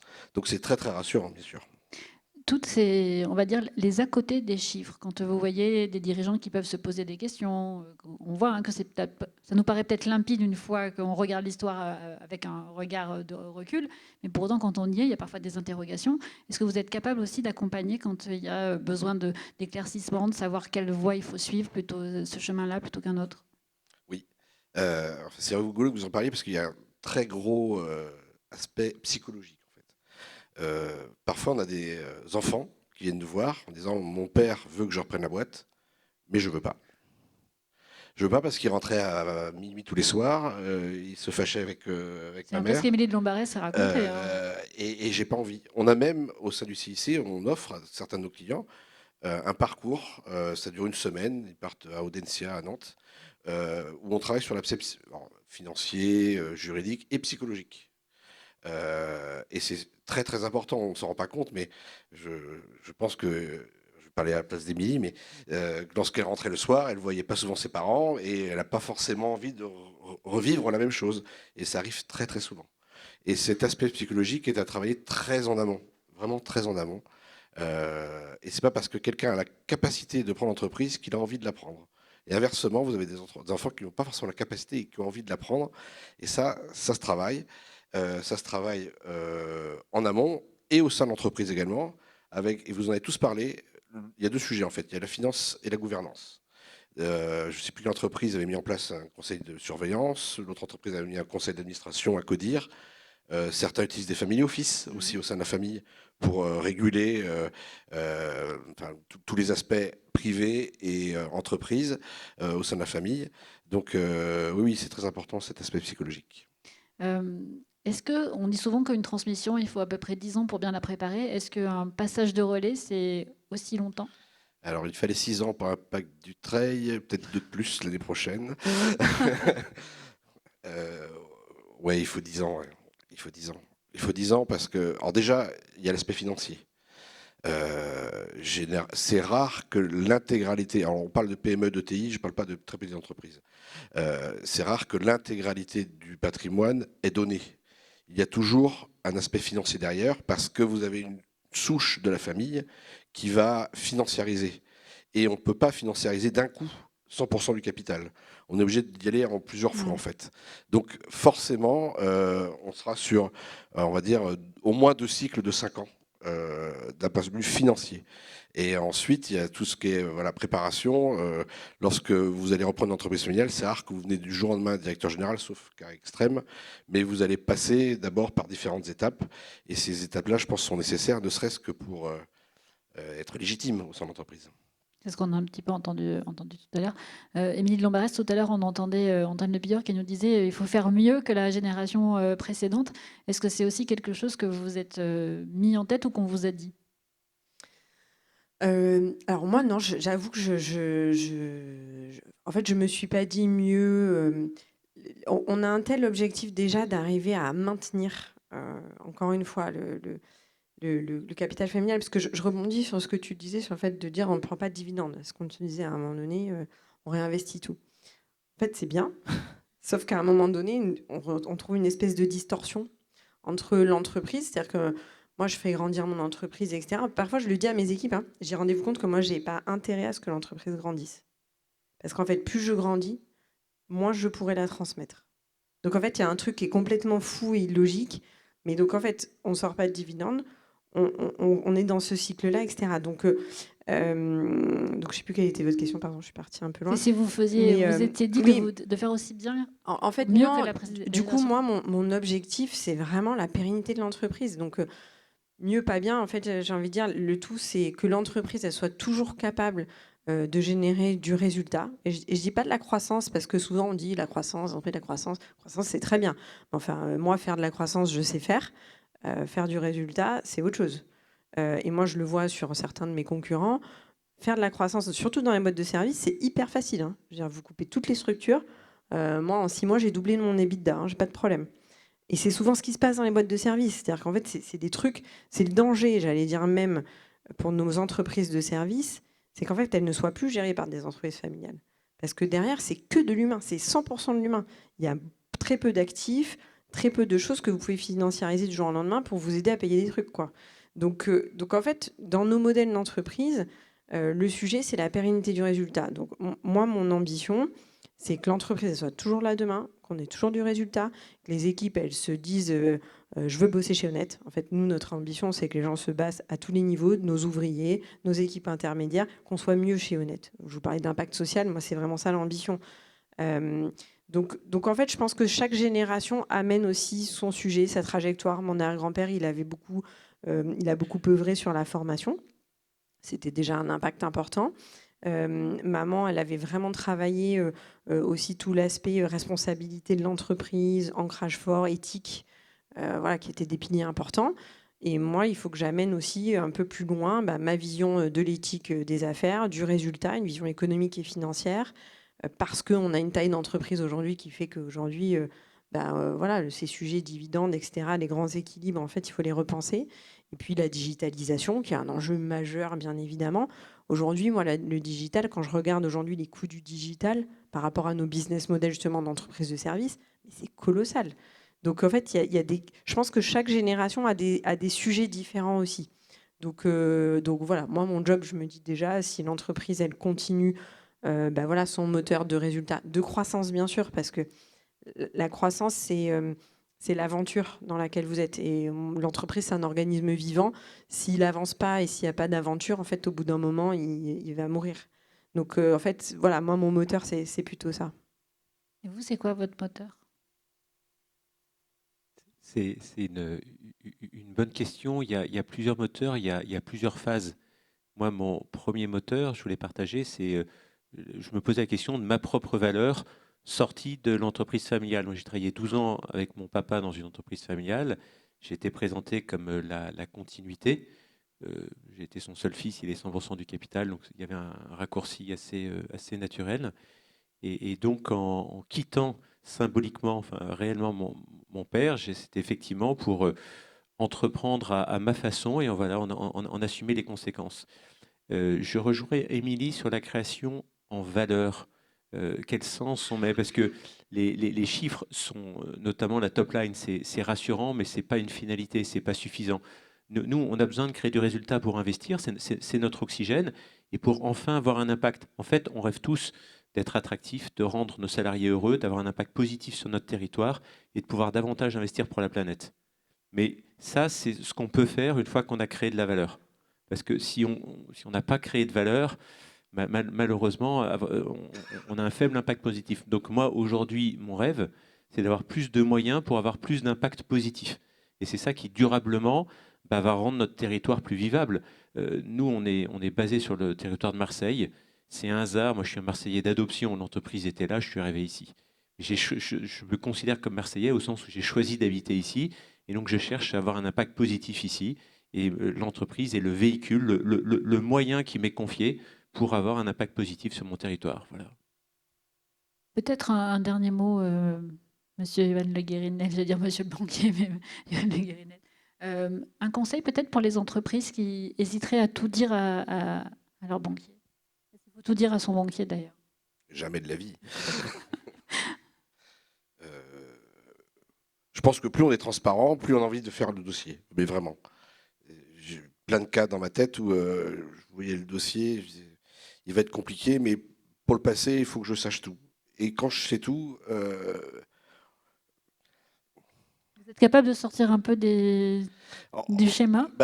Je préfère quelqu'un qui me dit, je me suis planté, j'ai un exemple en tête il n'y a pas longtemps, je me suis planté, mais je sais pourquoi je me suis planté, et là je ne vais pas me planter. Et on a fait le dossier. Il ne m'aurait pas dit, je me suis planté, je n'aurais pas fait le dossier. Donc oui, très honnêtement, la transparence joue en la faveur du client. Tout dire, c'est peut-être un grand mot, mais la transparence joue vraiment c'est vraiment l'intérêt du dossier d'avoir le maximum d'informations. C'est une évidence. Peut-être dernière question pour tous les deux. Un conseil à une PME qui veut devenir une ETI, et on sait que l'environnement n'est pas facile, hein, on l'a bien vu au début de cet événement, mais un conseil quand on veut grandir? Je crois que c'est ce qu'on vient de dire, je vais le dire autrement. Finalement, le sujet, c'est de grandir. Moi, par exemple, je ne parle pas de croissance aux équipes, je parle vraiment de comment est-ce que l'entreprise grandit, comment se développe. Et je crois que le sujet, c'est ça, c'est ce que je disais, c'est ne pas rester là où on en est, parce qu'à un moment donné, si on ne change plus rien, en fait, l'entreprise, c'est un organisme vivant. Si vous ne le nourrissez pas de projets, de sujets, voilà, il meurt. Donc, je pense que c'est prendre le sujet dans ce sens-là, pour pas être sans cesse en train de se dire, ouais, il faut que j'arrive là, il faut que j'arrive là. Voilà, regarder les sous et les millions, c'est bien, mais c'est plutôt se dire comment je grandis et quel est mon impact global. Et là, je te passerai peut-être le micro sur ce que tu disais, mais qu'on a partagé ensemble dans certains enjeux à la CEC. C'est finalement, c'est quelle empreinte on va laisser. Et c'est là où l'entreprise, il faut la faire grandir pour l'empreinte qu'elle laisse pour ses clients, pour ses collaborateurs. Et là, on est dans le vrai. Et là, oui, c'est bien de se développer. Et donc, c'est comme ça, je pense qu'on se motive beaucoup plus à grandir en se disant ouais, je peux avoir plus d'impact. Voilà, je rebondis un peu sur ce que tu dis. Allez, le mot de la fin pour vous, Théophane. Je dirais, ma définition d'un entrepreneur, c'est quelqu'un qui a un rêve. Et d'abord, le rêve, c'est une nécessité de rembourser la dette bancaire. Donc il y a il y a une réalité économique, mais je suis pas sûre que tout le monde rêve de ça. Petit à petit, en fait, on a un peu plus de trésor et on a un peu des moyens pour réaliser le deuxième niveau dans la pyramide de Maslow, une fois que les besoins primaires sont pourvus. Et là, on peut vraiment avoir un impact. Et en fait, c'est possible. On est dans une météo qui est pourrie, certes. Mais le propre d'une entreprise familiale, c'est de se projeter par-delà les crises, les guerres, les pandémies, et de dire si une entreprise existe depuis 160 ans, et ainsi de suite, c'est qu'elle a réussi à trouver un chemin pour passer au milieu de tous ces méandres. Donc, c'est possible. Inspirons-nous des exemples qui montrent que c'est possible parce qu'elles ont osé. Je crois profondément que ce sont des entreprises qui ont su se réinventer, se remettre en cause, se rechallenger. Il y a différentes façons de se rechallenger. Tout à l'heure, je prenais l'expression ouvrir la fenêtre pour aller chercher de l'altérité. Ça peut passer bien sûr par la gouvernance. On a beaucoup parlé de gouvernance ce soir. Aller chercher des indépendants, des externes qui nous aident à poser les questions que nous, on ne se pose pas parce que voilà, on n'a pas l'habitude, pas l'expérience, pas le regard. Voilà, se faire challenger. Et je suis convaincu que c'est possible. Voilà. Merci beaucoup. On va rester sur cette phrase, convaincu que c'est possible. Merci à tous les trois.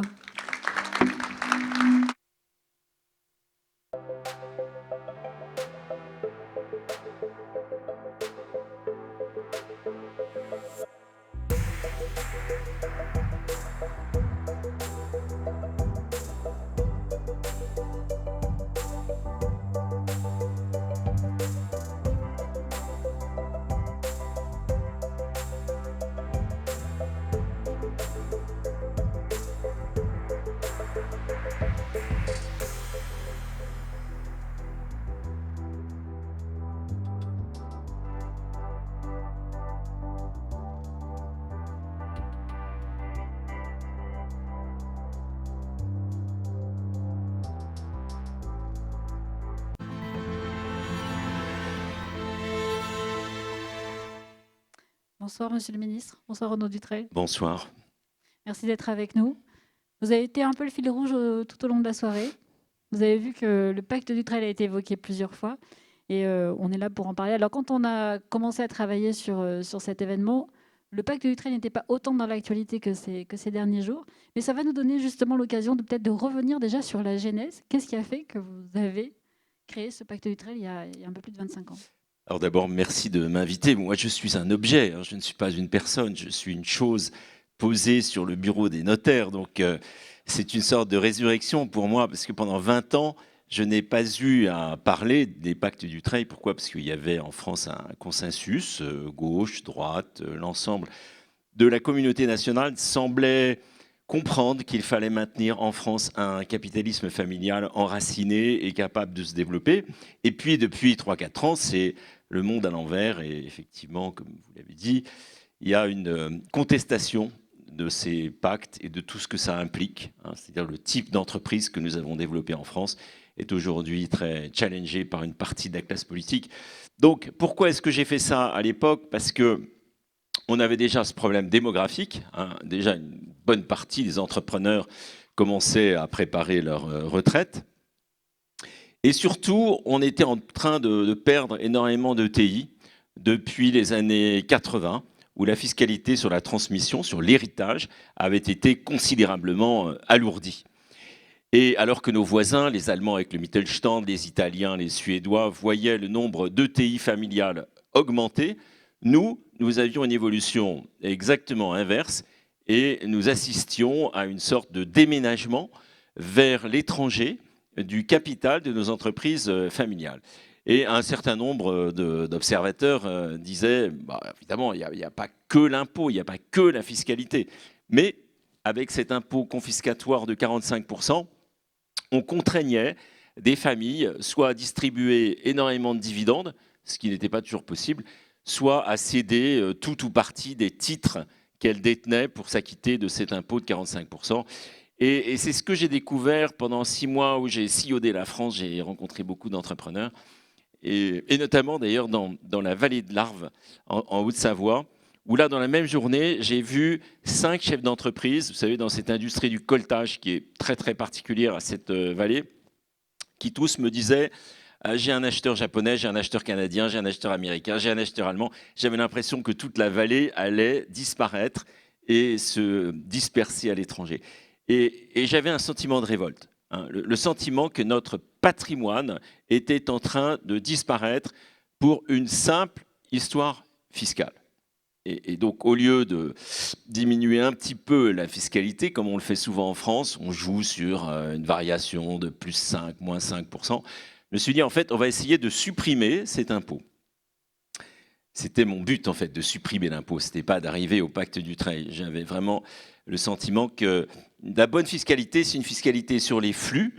C'est-à-dire une entreprise, elle crée de la valeur. Cette valeur, elle peut être partagée, comme notre bon La Fontaine le racontait déjà dans la fable de la poule aux œufs d'or. La poule, elle pond des œufs tous les jours. Ce sont des œufs en or. Bon, que l'État vienne en prendre 1 ou 2, peut-être 3, c'est acceptable. Mais quand l'État vient couper une aile ou une patte, là, il tue la poule et c'est absurde. Et c'est ce qui se passait.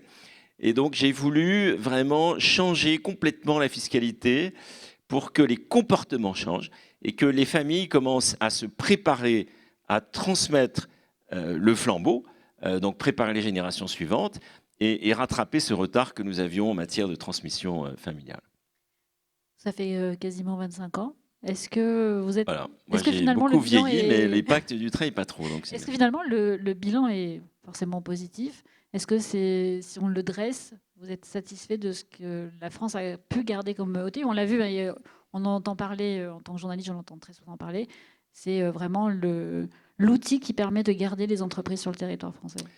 Le côté positif, c'est que le nombre d'ETI familiales a progressé en France et le nombre d'ETI, d'ailleurs, tout court, a progressé puisque on est à 5500 aujourd'hui, mais on a quasiment doublé en 20 ans le nombre d'ETI. On était tombé très, très bas. En revanche, ce qui est très inquiétant, c'est que le nombre de transmissions intrafamiliales est le plus faible d'Europe. nos amis suédois ont un taux de transmission intrafamiliale à 87%. Ça veut dire que sur 10 entreprises suédoises, vous n'en avez qu'une et demie qui n'est pas transmise à la même famille. En Allemagne, on est autour de 67%, en Italie, on est à plus de 70%. Donc nous sommes entourés de pays qui ont tout à fait compris que leur intérêt, c'était de conserver un tissu d'entreprise familiale, pour les raisons qui ont d'ailleurs été très très bien exprimées avant moi. La vision du temps long, l'enracinement dans les territoires, la capacité à préserver la valeur à l'intérieur de l'entreprise plutôt que de la distribuer avec des TRI extrêmement exigeants et qui remontent aux investisseurs professionnels. Donc toutes ces raisons sont tout à fait valables en France, elles le sont dans les autres pays. Dans les autres pays, ils ont vraiment tout fait pour garder ce tissu d'entreprise familiale et nous ne sommes qu'à 20%. 20%. Ça veut dire que 8 entreprises sur 10, lorsqu'elles sont transmises, ne le sont pas aux membres de la même famille. Alors, évidemment, il y a des raisons psychologiques. On a parlé de ce dilemme cadeau ou fardeau. Je suis le chef de l'entreprise, je l'ai développé et j'y ai probablement consacré plus de temps qu'il n'aurait fallu pour que mes enfants, ma femme, ceux qui vivaient autour de moi soient pleinement heureux. Donc j'ai fait un sacrifice. Est-ce que je veux que mes enfants aient la même vie ? Ça, c'est le côté fardeau. Ou est-ce que je pense que c'est un vrai patrimoine familial qu'il faut transmettre avec des valeurs, un ADN, une passion, et que c'est une chance aussi à leur apporter à ces enfants. Donc ce dilemme, il est présent dans toutes les familles. Fardeau ou cadeau. C'est souvent un peu entre les deux. Et malheureusement, en France, on a l'impression que bien souvent, c'est plutôt le côté fardeau qui l'emporte. Alors, qu'est-ce qui se passe ? C'est des chefs d'entreprise qui ont entre 40 et 50 ans, qui ont atteint finalement un objectif personnel. Ils ont eu une très belle vie d'entrepreneur, ils ont créé de la valeur, ils ont bâti une belle entreprise et ils se disent on va réaliser tout ça financièrement, puisqu'on a rappelé à juste titre qu'une entreprise, ça n'est pas liquide, c'est un patrimoine illiquide, donc très difficile à utiliser pour satisfaire des besoins d'usage, contrairement à ce qu'on croit. Les Français qui ont des entreprises ont très peu de capital à côté de leur entreprise. Et donc, ces chefs d'entreprise, ils vendent, et puis l'histoire s'arrête. Et ça, c'est très dommage. Et donc, une partie de ce que je fais aujourd'hui, c'est justement d'essayer de ranimer le flambeau pour donner envie à des familles de préparer à l'avance l'éveil chez les générations suivantes de l'envie de continuer la belle aventure familiale. Et d'ailleurs, quand on regarde ces histoires, elles sont souvent extraordinaires, de ténacité, d'ingéniosité, d'inventivité. Il y a un génie français dans les entreprises familiales qui se transmet aussi de génération en génération et qu'il faut absolument préserver. Notre économie repose en grande partie sur ces ETI qui sont pour à peu près moitié d'entre elles des ETI familiales. Et 16 à 17% ont un actionnaire familial minoritaire, mais actif dans la gouvernance de l'entreprise. Donc c'est à peu près 2/3 des ETI françaises qui sont liées à des familles. Alors je dis toujours que les entreprises sont comme des arbres et que les familles sont les racines. Dans une économie où tout est extrêmement mobile, tous les actifs deviennent transportables à toute vitesse, que ce soit immatériel, matériel, les humains aussi peuvent se déplacer, eh bien, la seule chose qui conserve une entreprise dans un pays, bien souvent, ce sont ces familles qui les enracinent dans le territoire français. Si on coupe les racines, le risque que l'on court, c'est que l'entreprise devienne un tas de bûchettes qui va être dispersé entre différents actionnaires répartis dans le monde entier. Et ça, ce n'est pas notre intérêt. Donc, il faut voir le capitalisme familial comme une cause d'intérêt national. Et c'est ça, malheureusement, qu'une grande partie de la classe politique, peut-être même la totalité de la classe politique, ce qui est extrêmement grave, ne comprend pas. On va peut-être revenir sur ces raisons, mais depuis, vous l'avez dit, mais depuis quelques années, peut-être depuis 3-4 ans, quand on parlait du pacte du trail avec des chefs d'entreprise, moi j'entendais beaucoup dire « Ah mais il faut le consolider, il faut l'améliorer », parce qu'on sentait déjà cette crainte qu'il soit remis en question. Malgré tout, il y a peut-être des choses déjà améliorées, parce que 25 ans sont passés, il y a des évolutions. Qu'est-ce qu'il faudrait faire pour qu'il soit encore plus performant ?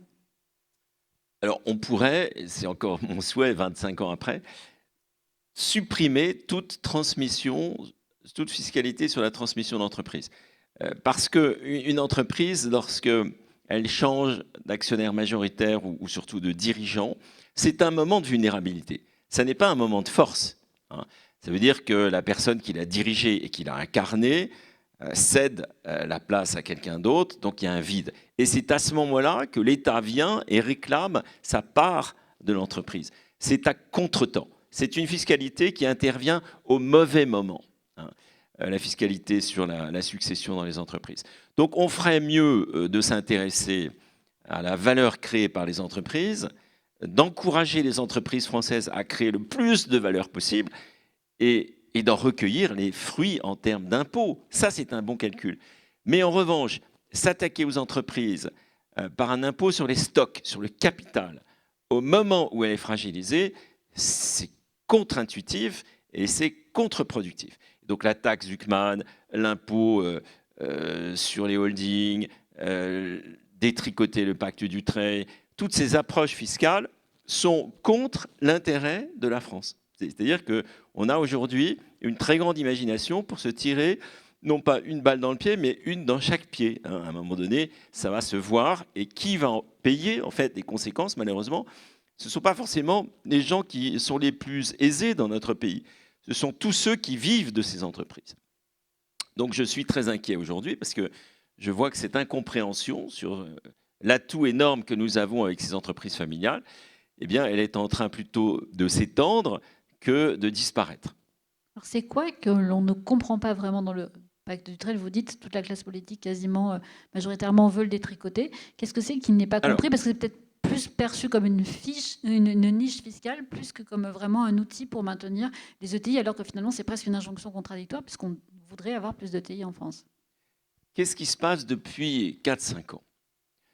Les macroéconomistes, donc ces économistes qui travaillent sur les grands agrégats de notre économie, ont constaté ce qui s'est passé dans le monde entier, qu'entre la valeur du travail et la valeur du capital, il y a une divergence croissante. C'est-à-dire que dans l'économie d'aujourd'hui, le capital est mieux valorisé que le travail. Et donc, ils ont commencé à s'intéresser aux inégalités de répartition du patrimoine. Encore une fois, avec une vision d'altitude, celle des macroéconomistes qui ne sont jamais rentrés la plupart du temps dans une entreprise, parce qu'ils regardent des grands agrégats. Et en France, les macroéconomistes, notamment les Piketty, les Zuckman et beaucoup d'autres, ont dit sur les flux, sur la redistribution des revenus, la France est allée le plus loin qu'on puisse aller. Vous savez qu'avant redistribution et prestations sociales, l'écart entre les revenus en France, entre les deux déciles extrêmes, les 10% des Français les mieux payés, les 10% des Français les moins bien payés, il y a un écart de 1 à 24. Après redistribution et prestations sociales, l'écart il tombe de 1 à 3.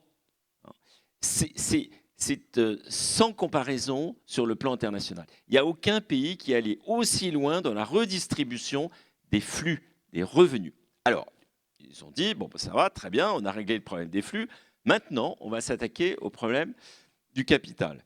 Et là, ils ne se sont pas rendus compte qu'avec cette approche un peu générale et très idéologique, qui consiste en fait à vouloir redistribuer, quelle que soit la nature des actifs, des assets qu'on va redistribuer, eh bien, ils se sont heurtés à un autre intérêt national qui est notre économie, la vigueur de notre économie. Et au nom de cette idéologie redistributrice, égalisatrice, ils sont en train de marcher avec des grosses bottes sur un système fragile, un écosystème fragile d'entreprises familiales dont les racines sont des familles qui, évidemment, détiennent une valeur, mais c'est une valeur illiquide et c'est une valeur très risquée. N'oublions pas que mettre tous ses œufs dans le même panier, aucun banquier ne vous le conseille. Or, qui fait ça? Les entreprises familiales. Les actionnaires familiaux, ce sont des gens qui mettent tous leurs actifs dans le panier d'entreprises familiales. Donc ces familles, elles ne disposent pas des liquidités que représentent de façon virtuelle leur entreprise, comme Philippe l'a bien décrit, et deuxièmement, elles prennent un très très grand risque. Si on regarde comment les Français gèrent leur épargne, ils font exactement le contraire. Ils privilégient l'épargne liquide, 800 milliards de comptes à vue. Ça aussi, c'est absurde, puisque c'est de l'argent qui ne va pas financer l'économie. Enfin, ça veut dire qu'ils ont peur d'immobiliser leur argent. Ils détestent ça. Et ils détestent le risque. Bon. Donc, les Français qui détestent le risque et qui détestent les liquidités, ils devraient respecter ceux qui font l'inverse au nom de l'intérêt de l'économie nationale.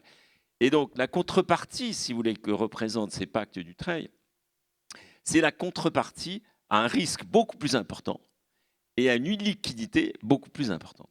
Et donc, au lieu de se dire « Ah, il y en a qui sont riches, puis il y en a qui sont pauvres, et donc il faut prendre aux riches pour donner aux pauvres et tuer la poule aux œufs d'or », ce qui est un raisonnement à très courte vue, eh bien, on ferait mieux de se dire « Oui, c'est vrai, il y a une sorte d'inégalité sur le papier, mais cette inégalité produit plus d'effets positifs pour la société française que si on l'a supprimée. » Vous savez, il y a 3 formes de capitalisme dans le monde. Quand vous pénalisez une de ces 3 formes, vous avantagez une ou 2 autres. Alors, il y a le capitalisme d'État.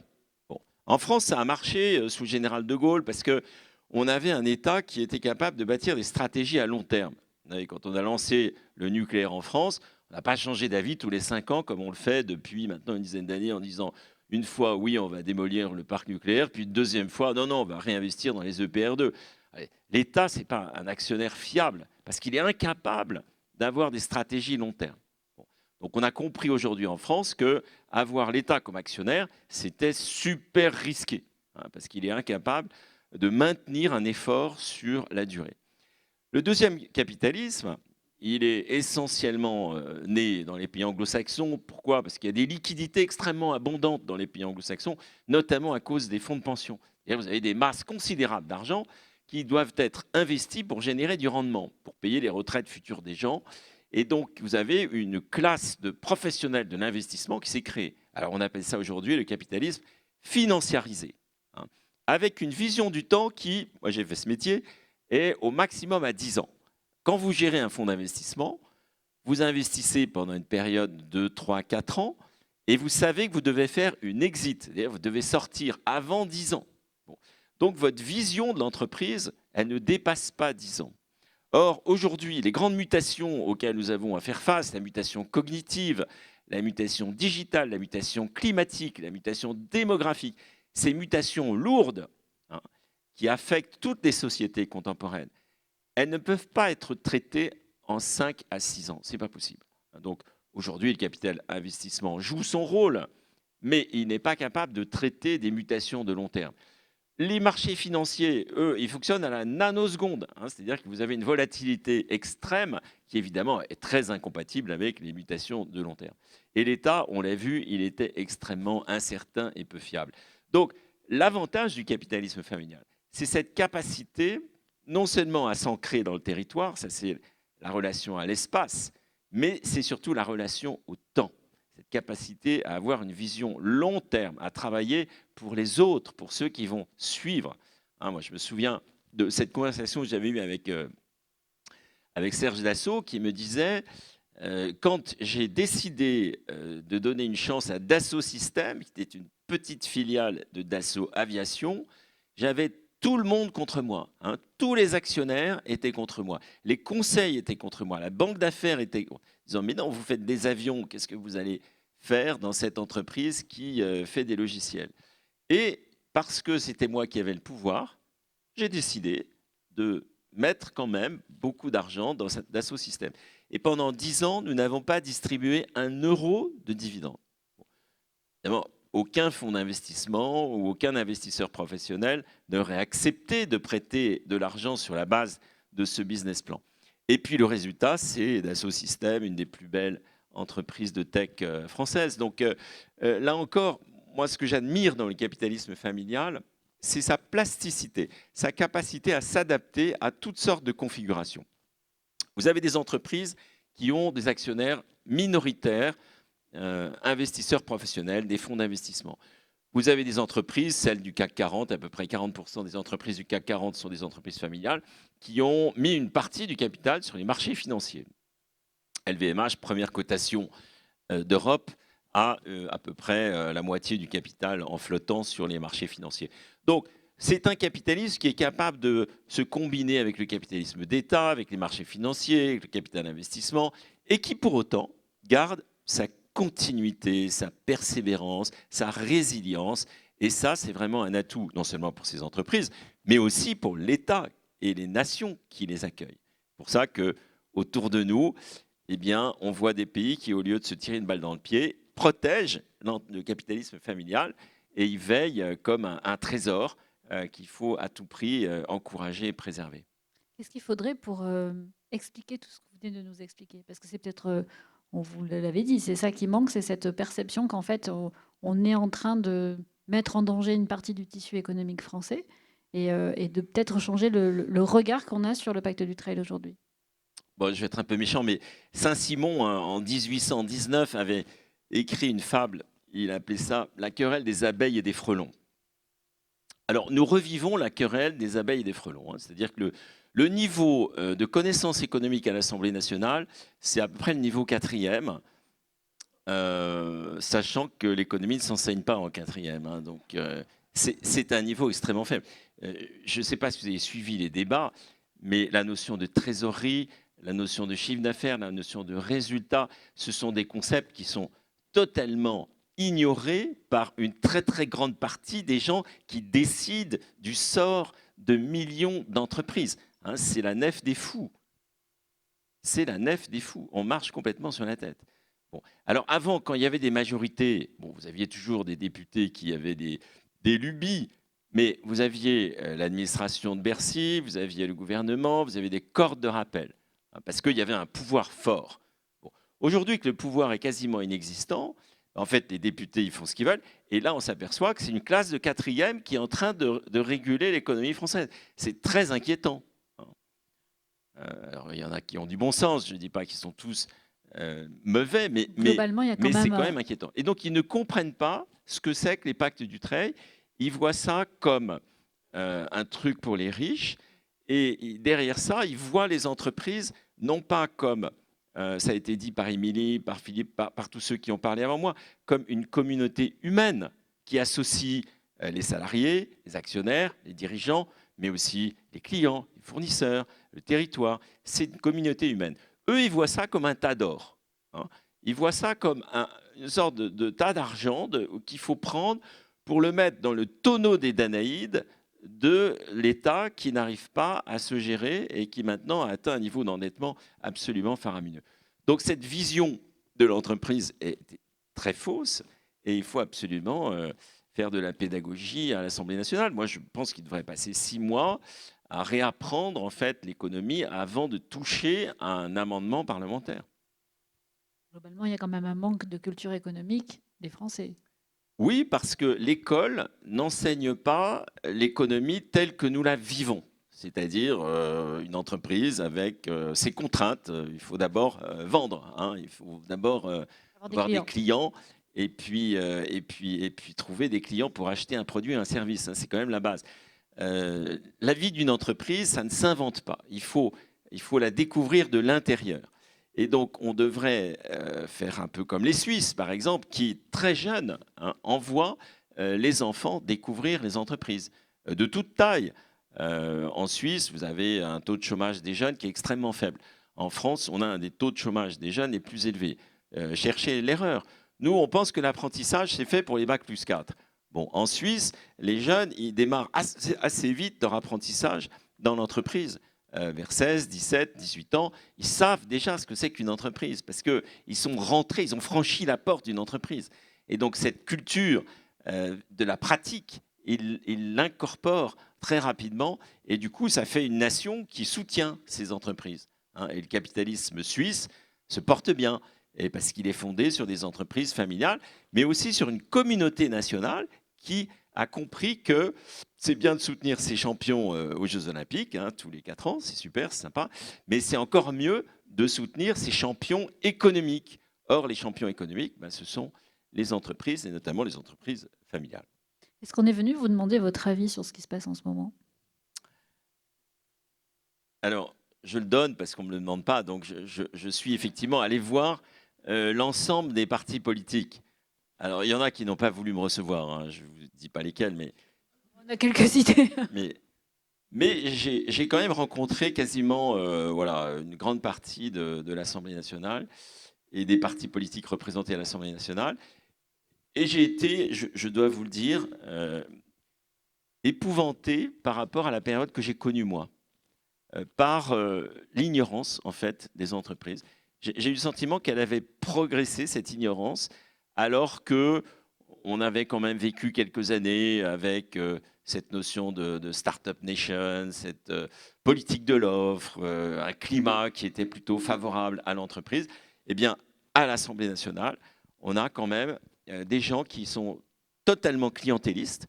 Donc, ce qui les intéresse, c'est d'aller chercher des voix. Ils sont très fragmentés entre eux. Hein, c'est comme un marché qui est éclaté. Ils sont petits, aucun n'est capable de s'imposer. Et donc, ils vont chercher les voix en agitant des drapeaux qui, pensent-ils, et à mon avis c'est une erreur majeure, font voter pour eux les Français. Alors, tous les sujets, on pourrait les traiter avec cette grille d'analyse. Hein. Ceux qui disent « Ah, c'est formidable, on enterre la réforme des retraites ». Ils pensent que tous les Français vont applaudir. Sauf que à un moment donné, la réalité, elle va revenir devant les Français. Le mur de la retraite, hein, qui aujourd'hui est financé à 10% par de la dette, ce qui est d'une cruauté terrible vis-à-vis de nos enfants et de nos petits-enfants. Hein, c'est horrible de se dire que des adultes, aujourd'hui, mettent un fardeau aussi important sur le dos d'enfants qui sont mineurs, parce que c'est exactement ce qu'on fait avec ce financement de nos systèmes de retraite par de l'emprunt. Donc toutes ces questions, le financement de la retraite, le financement de l'assurance maladie, le financement de l'école, le financement de la sécurité, toutes ces questions, eh bien, on botte en touche et on essaye de se battre pour attirer le chaland avec des mythes, celui du méchant riche, etc. Bon, c'est un niveau, si vous voulez, assez faible en termes de morale, d'abord, et puis d'intérêt de la nation.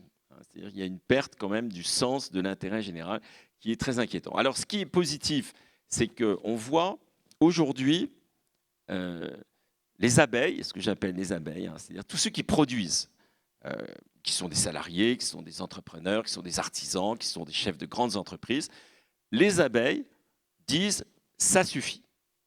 Et donc, aujourd'hui en France, il se passe quand même quelque chose d'assez neuf, parce que quand j'ai fait de la politique, je me suis arrêté en 2008, mais j'ai vu à quel point le monde économique n'aime pas trop se mêler à la politique. Il n'a pas d'intérêt pour le monde politique, trouve ça assez vain, assez superficiel, assez inutile. Et là, aujourd'hui, on sent quand même qu'une grande partie des entrepreneurs en France se disent attention, l'heure est grave, on va dans le mur et il faut que nous, qui sommes les abeilles, nous mobilisions pour parler à la population et puis pour parler à ceux qui dirigent le pays. Merci beaucoup Renaud Dutreil pour ces mots et pour votre témoignage. Avant de nous quitter, je vais rappeler Théophane Corot, si vous voulez bien venir me rejoindre avec Pierre-Emmanuel Costaud pour le mot final.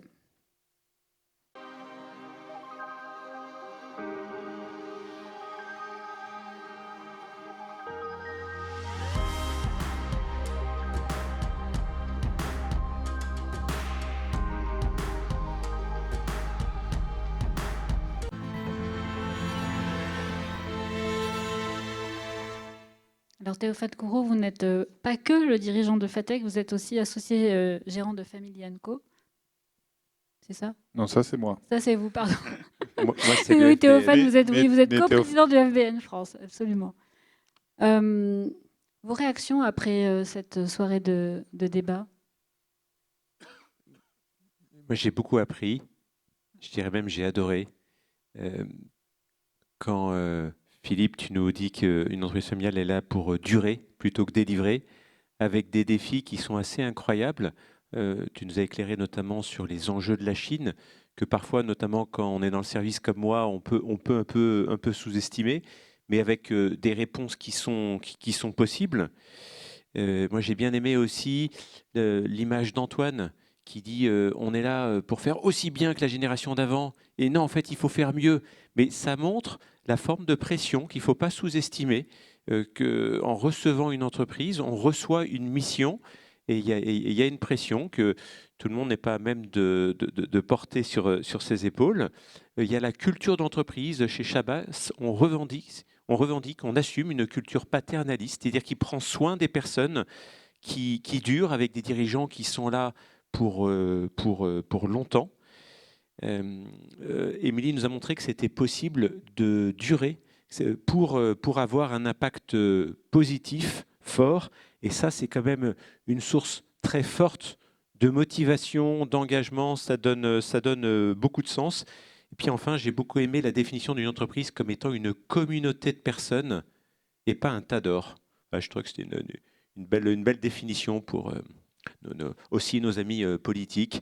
Engagez-vous, hein, pour reprendre le terme de mon voisin de gauche. Engageons-nous. Voilà. Merci pour ces mots. Puis votre témoignage aussi était intéressant. Pierre-Emmanuel Costeux, pour vous, vous avez retenu quoi des débats? On a la chance de presque avoir l'âge du Pacte Dutreil, puisque ça fait plus d'une vingtaine d'années qu'on accompagne des entreprises familiales dans la suite de leur histoire.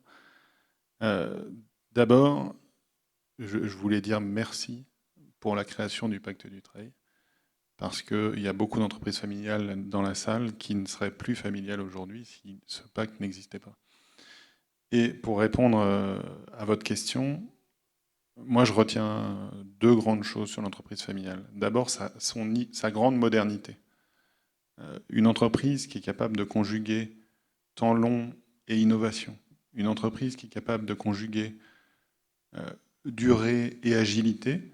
C'est d'une très grande modernité et c'est souvent plus fort que beaucoup de startups.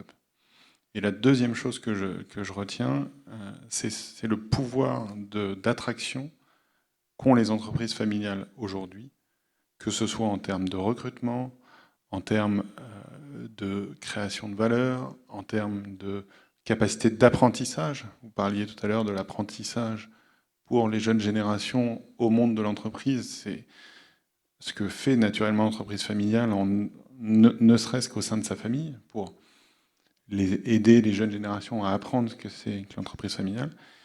Et puis, l'entreprise familiale nous apprend aussi beaucoup, et merci à Émilie d'avoir témoigné ce soir, sur l'égalité femmes-hommes aussi. Parce que dans une famille, par définition et statistiquement, il naît autant de filles que de garçons.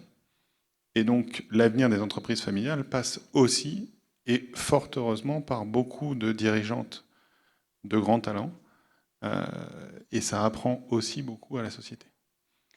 Merci pour ces mots. Pour ma part, moi, je voudrais remercier l'équipe avec laquelle on a travaillé pour créer cet événement, donc notamment Caroline Dury, Caroline Mathieu, Jonathan Chaillon et Laurent Allard pour votre confiance et le travail d'équipe qu'on a mené tous ces derniers mois. Merci à tous pour votre présence ce soir et merci à nos intervenants pour leurs témoignages que j'espère inspirants. Et à l'année prochaine.